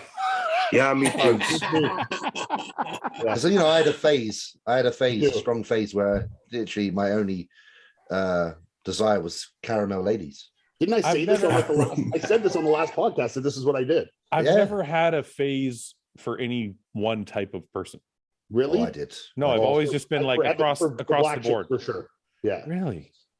Yeah. It's Ben, because have of you ever had baby a- oil and shit. Like Ben, have you shiny ever as had a fuck. phase? Like for No, a the certain only type phase- of girl? The only phase I do is the avoidance phase. I've avoided Asians. We've had this conversation. I just Yeah, you can't. told us Well, you're this. Asian, so you can say Shit, that. I just can't shit on my own doorstep. He doesn't want to I don't know complete what the it is. circle. There's just nothing. Yeah. I don't find anything attractive about them. So Oh, I'm that's sorry. not, that's not they're, going to they're, go over well. they're not that upset about that either. So don't worry. I should cut that out. Roman. Why? Why? I don't know. You Isn't can that? get away with it. We can't. Yeah, It's we I can said cut they're it. not upset. They're not upset that I'm not wanting to fuck them either. So Yeah. I'm don't worry. Leave it in. Roman, do you ever have a preference to type, or are you just like everybody's good? No, I had I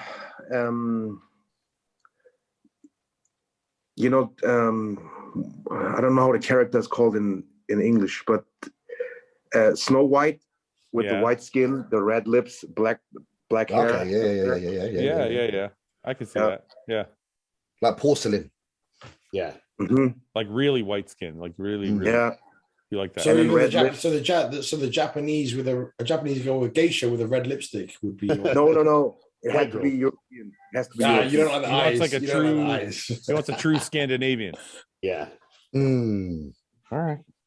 Like in the, I went in the through fairy tale. I went through a phase in my mid-20s of only dating like Eastern European women, like Russians or Serbians, like Me too, but by default. hardcore.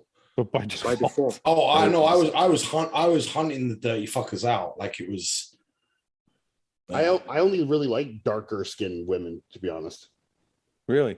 Me and Like Ian were Melissa- like from the same Like club. Melissa's Probably like the- darker. Like Melissa's white, but she's still darker. My girlfriend before that was half black. Like it's like I only like it's probably the contrast because I like, Summer's white and I like that. yeah. So it's probably the contrast because you guys are both pale. Yeah, you just like it different, you know? Well, because when you're, forget it. No, carry on. Finish that. Finish. I'm exactly with Phil. And you're looking down, you know.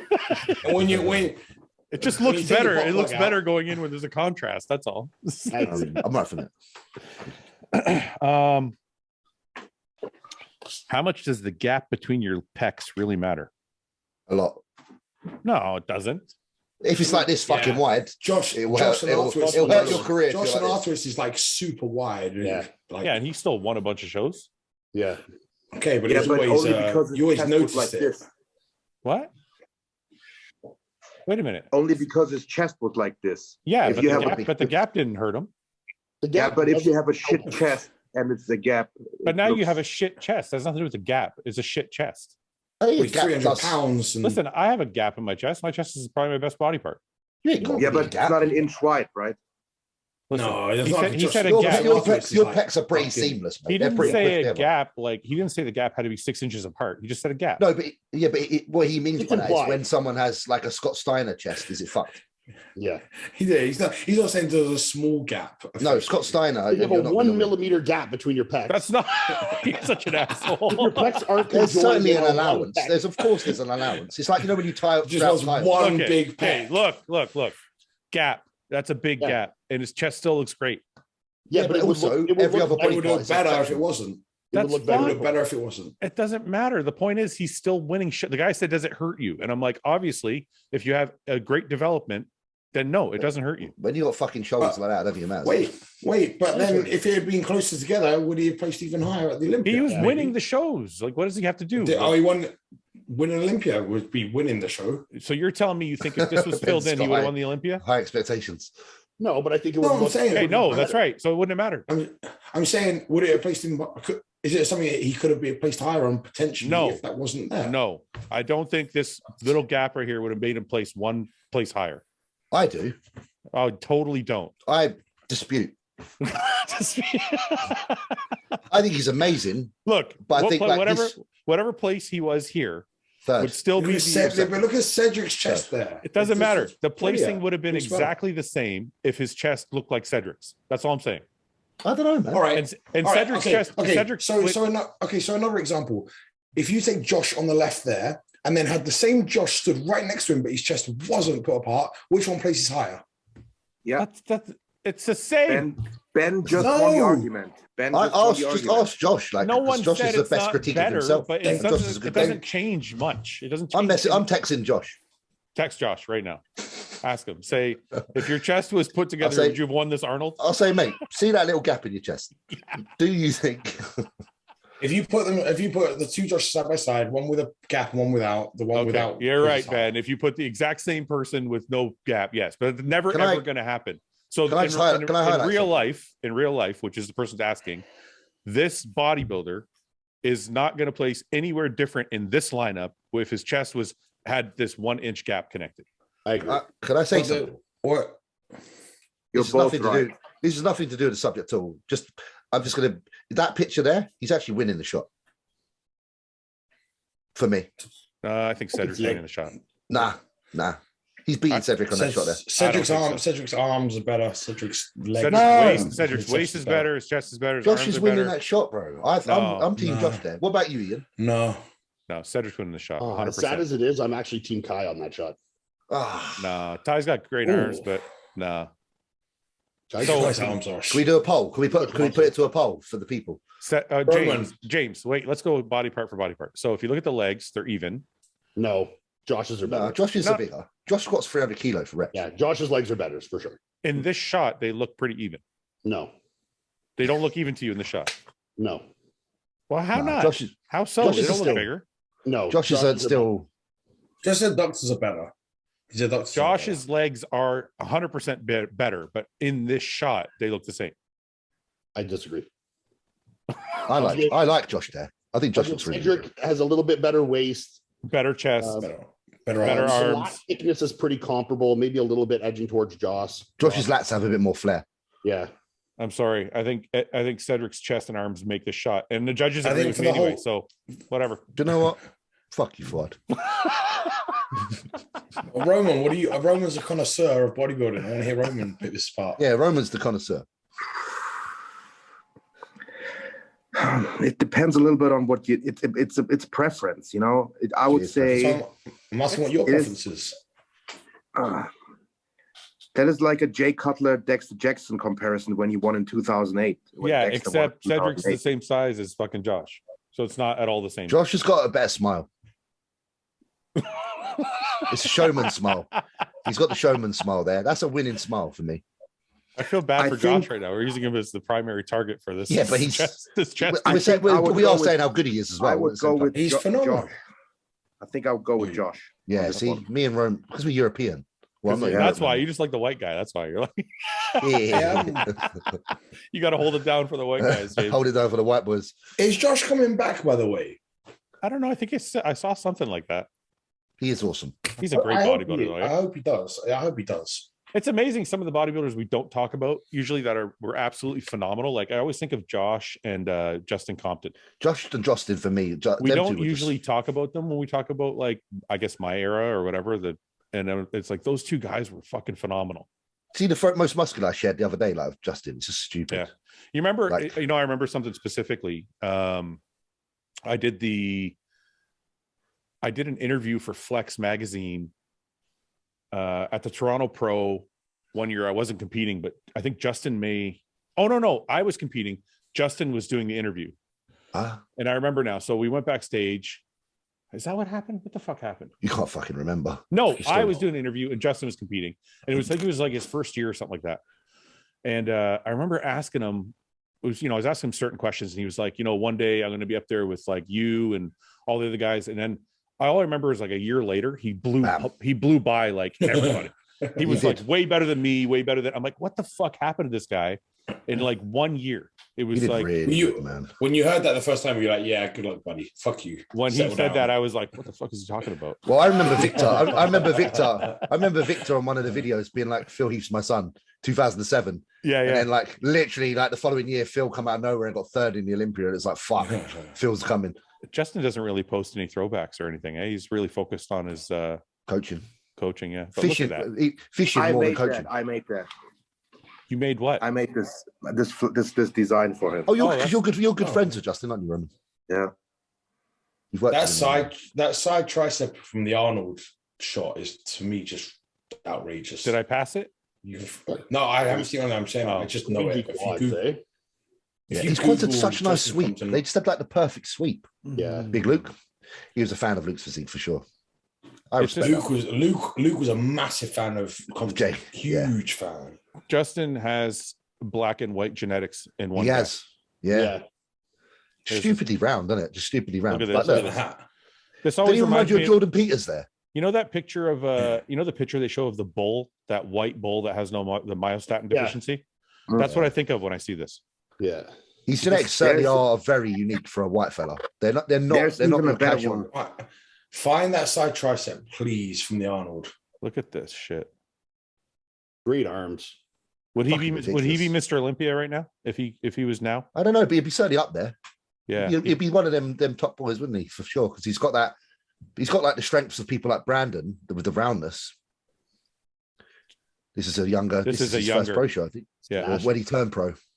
Yeah, I think it was like this. He was this big when I interviewed him. He still looks great there though. That's fucking Yeah. crazy. Quads are still amazing, aren't they? Yeah. Great You know body. what he did? Let me tell you a story. What he did, winning the nationals. So, I think about 4 weeks out, he broke his foot, Fuck. and in order to do cardio, he got up in the morning, of course, wrapped his foot in ice, drove to the gym, and while he drove to the gym, his foot would get numb from the Yeah. ice. Oh shit. Wow. So then he could do the Stairmaster for 45 minutes to an hour. Fuck. What the Oh, fuck? my God. And then he drove Dedication. back home, and he did the whole prep, the end of the prep last month with his broken foot, and then he won the overall. Wow. I Wow. wonder he can't be fucking bothered with bodybuilding right now. He's like, I ain't doing that again. All right, last question before we go. Oh, I got a question for you guys.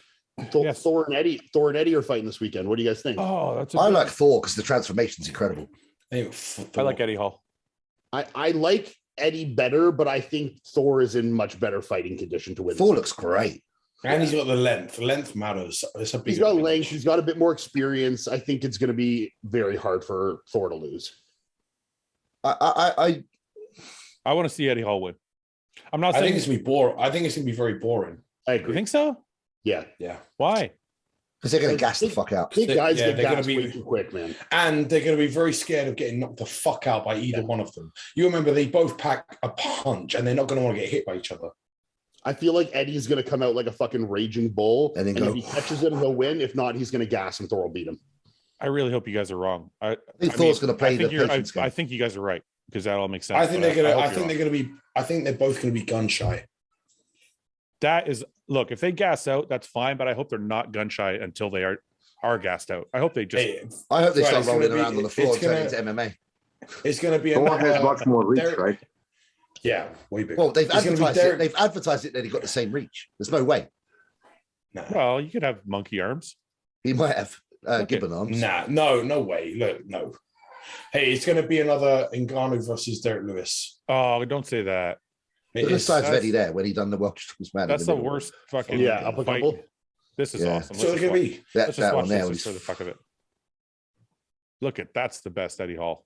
Just a Yeah. big fucking beast. yeah, did you see the picture of the fucking? There's one of him where he's got his top off. And Yeah, he's go just down swole. for it. Go down. He's swole, bro. Like swole as fuck. Where? Center. In the center. No, Maybe a keep few going. more down. No, keep going. Keep going. Keep going. Keep going. Keep going. It's him at his That's- max weight. There. Oh, that's Yeah. awesome. That's awesome. That will 400 rip your face off. 6'2", 433 pounds. That is a powerful person. That's Silverback. That's only I wonder- an inch. That's an inch taller than Chris competes at and 200 pounds heavier. Do you think you could do the diet he was on at this weight for 1 week? No. One day, maybe. I'll try I think one I day. can do it for a day. One day, but then I'm done. Yeah, the next day you're gonna wake up fucked. Like You're not going to sleep good. You're going to be fucked. Yeah. I would worry. I'd be worried I'd have a fucking heart attack on that diet because I bet there was a lot of fats in that diet. We had we had this conversation at the Arnold, right, Fouad? about Where we were what? talking about like people's health and bodybuilders and this and that. Oh And I'm yeah, like, about the strong- strongmen. Like, Yeah. strongmen are like They push the really limits, pushing, mate. but they never diet down. And we're like, well, does the diet make them just like? Does us going through a prep is that what makes us more susceptible to these health? Because what we were saying was like implications? they take. The one other thing we said, Ben, was also that they take as much drugs but in shorter periods of time. Sort of. Yeah. Yeah. So maybe it's the duration. He looks like he's in really good shape. That's what I'm saying. He looks incredible. He's Dude. literally dedicated himself to this shit majorly. Yeah, you guys are 100% right, man. He looks like. He's in shape. He looks fucking great. Do you Looks think healthy. Do you Looks think he's fit. taking it more seriously than Eddie? A different type of serious. Eddie's taking it as just. Eddie's going for that knockout. Eddie's training to knock someone out. Thor's training to be a good boxer. Yeah, Yeah. Well, I think That's this is a better strategy in my opinion. It's all. That's what it's going to come down to. That's why, like what Ian said, if Eddie gets out there and lands that hit, it's over. But if he plays defensive and waits for Eddie to gas, he's going to pick him apart with like fucking jabs. I'd love to talk. Sorry, the body shots off of either one of these is going to be disgusting. I'd This love is to just talk like to. I'd love to elite level genetics, eh? Like, look at this. This guy cuts down from a big fat fucking strongman and just Yeah. looks so good, you know? Yeah, yeah. And the yeah. bad thing is, like, his waist hasn't blown out at all from being that. Not big. at all. It's crazy. I'd love to And talk I'm to him always about worried. how he feels right now, like being fucking 100 pounds lighter or He whatever. probably feels so good. Do you know? Yeah. I think Thor would put time aside to talk to you, man. I think he's a nice guy. Oh, for sure he would. It didn't seem like it at the Arnold's. Who was it that he shunned in the car? Who was it? Was it Ben or who was it that he shunned? Yeah, no, it was me. Yeah, you pulled up. Nick was in the car, and I was like, "Well, fuck this guy." He stopped to say hi to Nick, and then I think Ben said Yeah. something, and he totally ignored him.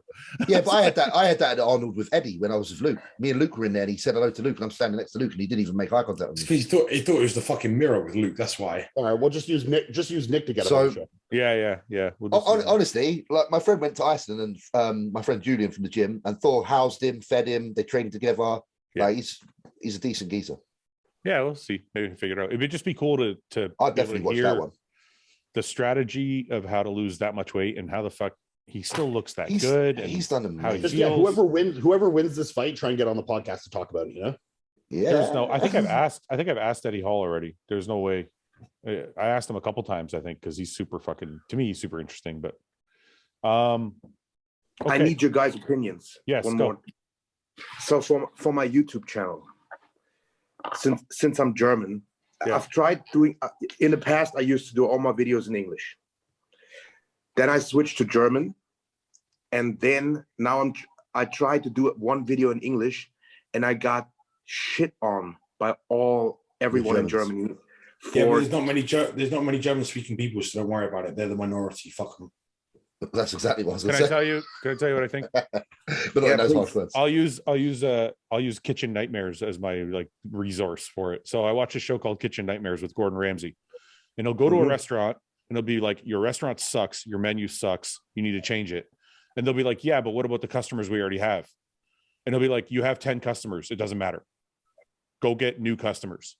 So what I'm saying is, in my opinion, to show respect to your fans, you should probably do some stuff in German, but I would do some stuff in English. And when people ask you why you're doing it, say, "I have a lot of American fans." It's like when I launched Hostile. They're like, "Why did you launch in the US? Why did you launch in Canada? You're Canadian." And I'm like, 80% of my fan base is in the US. So it's if I want to make my company successful, I got to launch where most of my fans are. Yeah. Here's the other thing, Roman. A lot of European people speak English. No fucking English speaking people Speak German. Yeah. I think out of respect, you do like, if you're doing like 3 videos a week, maybe you do like every 4th or 5th one, you do it in German. But like you should do 75% of them at least in English, because you do have a massive English fan base. Yeah. English speaking fan base. Yeah. I mean, I have for example, the last day of my off season, I did a full day of eating in English. Yeah. And I don't even want to upload it because No, that'll do it, man. Do it. Roman, listen, man. The one thing I'll tell you is don't worry about the YouTube comments. There's always going to be people that are unhappy with something you're doing. Yeah. I've been doing this YouTube thing for like 2.5 years now. Yep. The complaints never stop, but you just got to worry about what you think is best for your brand. This one video will have, where's Justin? Where's Nick? Where's Guy? Can't make everybody happy. Yeah. So, and I got a bunch of people, Ian's fans always bugging me. Where's Iain? Did you stop talking to Iain? Are you an Ian beefing? I'm like, someone said message the other day and said, "What'd they say?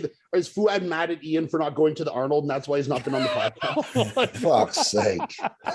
People love a little to create a little. Roman, what I would do is do one YouTube video that's like 5 minutes long and just explain to your fans. Just say, "Look, I know you guys love my channel." Do it in German. Just say, like, "I know you guys love my channel." But I have, 50% of my fan base or 80% of my fan base, whatever, is English speaking. So I'm going to be doing videos in English. That way they're kind of prepared for it when you start doing it. Yeah. Cool. And if people are unhappy and they don't watch your fucking channel anymore, they're not your real fans. Yeah, that's right. Right. So actually there have been Germans that responded to the ones that shit on me. They were like, "Come on. The English he speaks, everyone can understand. What are we talking about? Chicken, bench press, squat? You don't understand it? Yeah. Well, you can put German subtitles on an English video. I don't know how to do that, Ian. I would love to be able to do that. I don't know how to do that. I thought you could get like an app or a program that will just do it for you, right? You probably can. You probably can. I don't know how to do that because I was thinking about doing it because there's like was it Latin speaking, Spanish speaking, or Latin speaking? I don't remember, but somebody was saying you should do subtitles, and I don't know how to do it. But if you guys figure it out, I think you can do that. Even I wonder if it's through the upload process. I think you can do subtitles when you're uploading the video initially. Yeah. If anyone is out there who knows how to put subtitles without typing them, that's what I'm talking about. Yeah. Message Fouad and message me. Yeah, because like imagine me having to type out this podcast.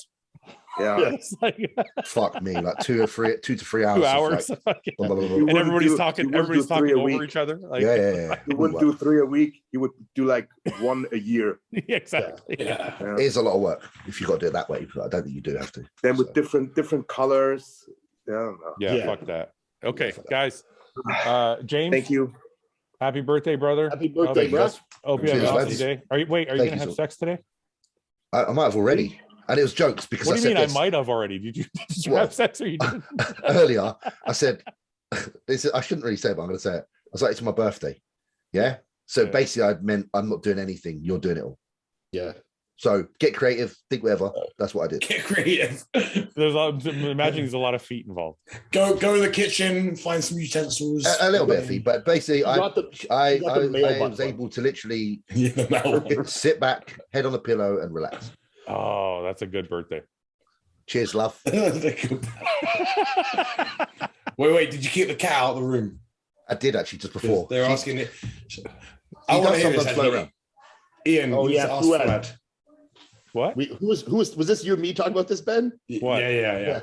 What? When you have sex with Summer, if the dog is in the room, do you leave it or kick it out? Nah, he stays.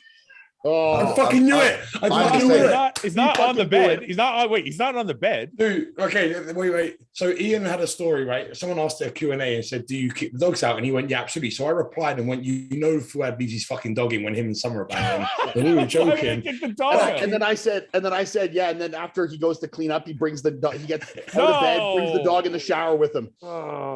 Listen. Okay, wait a minute. Seriously, I want to know in the comments section for people. This is bullshit. I know Luke never kicked his dog out. He fucking told me he didn't. So yeah, I leave my cat in. That doesn't mean it's the right thing to do, boy. Because Luke did it. Does not Luke mean does it's the it, then it standard. fucking it's No, the standard. That's the fucking standard I live by. No, I needed some backup. So that's the one story I remembered. No, what am I going to kick him out for? He's not on the bed. He's in his own bed. I'm exactly the same. I'll tell you why. Because Roman's going to get reincarnated as a dog and he's going to watch you like this. Exactly. Your dog never gets curious. No, man. He knows not. My dogs would jump on the bed and start like sniffing and licking, you know? Okay, if that okay, in that instance, then I would have to kick him out. I don't want to put up with that. But he's never bothered. Would you finish and then kick him out and be like, oh, not again? I'd probably finish in fairness, and then be like, okay, now we got to kick him out from now on. I've just got visions now of man, I've just got visions of what? Boy. Of what? Like you know, it doesn't have to be you, but just pounding away, arse in there, and dog's tongue in your ass. It's like a little freeway going on. You're like, you know what? This feels good. Let's just let the dog come in for this once, and then it turns into a fucking and then habit. it's a regular thing. Yeah, then it's like Thursday night. Every Thursday night, we invite the dog. Every Thursday night. Someone's like, oh, you've never done that before. That's not okay. Let's leave Summer out of it. Yeah, no, that's why I didn't say names because I'm like, I don't want to like. Ben went all the way with it. Ben's cold. No, I want to know. I want to know in the comments section is if everybody kicks their fucking dog out or not. Dude, I remember when I was like a kid, right? Not kid, but when I was a teenager, I was wanking in front of, and the cat walks past and then just stopped and stared at me, and I was like, "Oh fuck that!" I kicked the thing down. I was like, "No way!" I don't even like jerking off one of my dogs. Yeah, I don't. How can I put? I don't see him staring at me and shit. So I don't think it's a big fucking deal. Like he's not sitting there. If you like people watching you, that's people into that. That's fine. I feel like he knows. I feel like even if they're not watching intentionally because they know what you're doing, so they don't want to look. They're like, oh, I shouldn't be looking at this, you know? So you're telling me I got to kick my dog out of the fucking room every time I fucking have sex now? Well, I don't have a dog in the bedroom anyway. Like it takes 1 second. Open the door, say go, and close the door. I can't be bothered. I don't think I care. I'm with Fouad on this because my cats. I don't think I give a shit. Cats are different. Cats are different for sure. Do you think they're different? Really? It doesn't matter if it's a cat or a dog. If they're not on the bed, who gives a shit? Nah, I don't have them in the bedroom. If my cat was on the bed, I would kick my cat off the bed. And if my dog was on the bed, yeah. And if my dog was on the bed, I would kick my dog off the bed. But if they're not on the bed, then it doesn't matter if it's a cat or a dog. You're like, who gives a shit? Oh, I don't like it. Well, I don't have. We don't have animals. That's a weird self-conscious thing. We don't have animals in the bedroom ever. I'm trying to be considerate for my animal, you know? If my animal wants to leave, the door's open. No, they don't know. They're not trapped. I don't trap my dog in the room like you have to watch. Staying with me. Watch me smash your mum. The door is open. If the dog wants to wander off, he can fucking leave. So would you say the same of a baby? If I had a baby, I would have sex with my wife with the baby in the room. Yes. Would? Okay. Of course I would. Why not? That's weird, right, Ben? Yeah, look, I'm telling you now, and I'll speak from fucking experience. I'm not talking about like a 5-year-old. I'm saying like a baby. No. So what about Phoenix? What about Phoenix age? Yeah. Well, no, he can kind of still see what's going on. That's different. Like, okay, he said a baby. Listen, it happens. They start noticing shit way earlier than you think. Way earlier. So are you telling me, Ben, that you never had sex with Phoenix in the room when he was a baby? I don't think so. Maybe now I know, right? No. Why would I bullshit? I don't give a fuck. I'm trying to think of one time he was in the crib. But that's what I mean. Not obviously not. But the reason I can remember it is because we both were like, that was a bit weird, and we didn't do it again. Yeah, I mean, maybe I have to be in the position, like if I had a baby, and I don't know. But in my mind right now, I'm thinking I wouldn't think it was a big deal if it was a baby. We didn't do it again after that, but we did it one time, and we were just like odd. James, what do you think? Well, I'm not parents, I suppose, but if something's like almost there, unconscious sleeping, I will smash away. Doesn't matter what it is, whether it's fucking a dog, cat, or a baby. Yeah. If it was my mate sleeping in a sleeper bag with his head the other way, still fucking that's different. See, that's different. Yeah, that's okay. I can. That I wouldn't even care about. If one of my buddies was sleeping, who cares? Yeah. So, Ian, if you had a baby, a dog, or a cat, they all can't be in the room. He said cats, all right. In an ideal circumstance, no, definitely not. No. Yeah.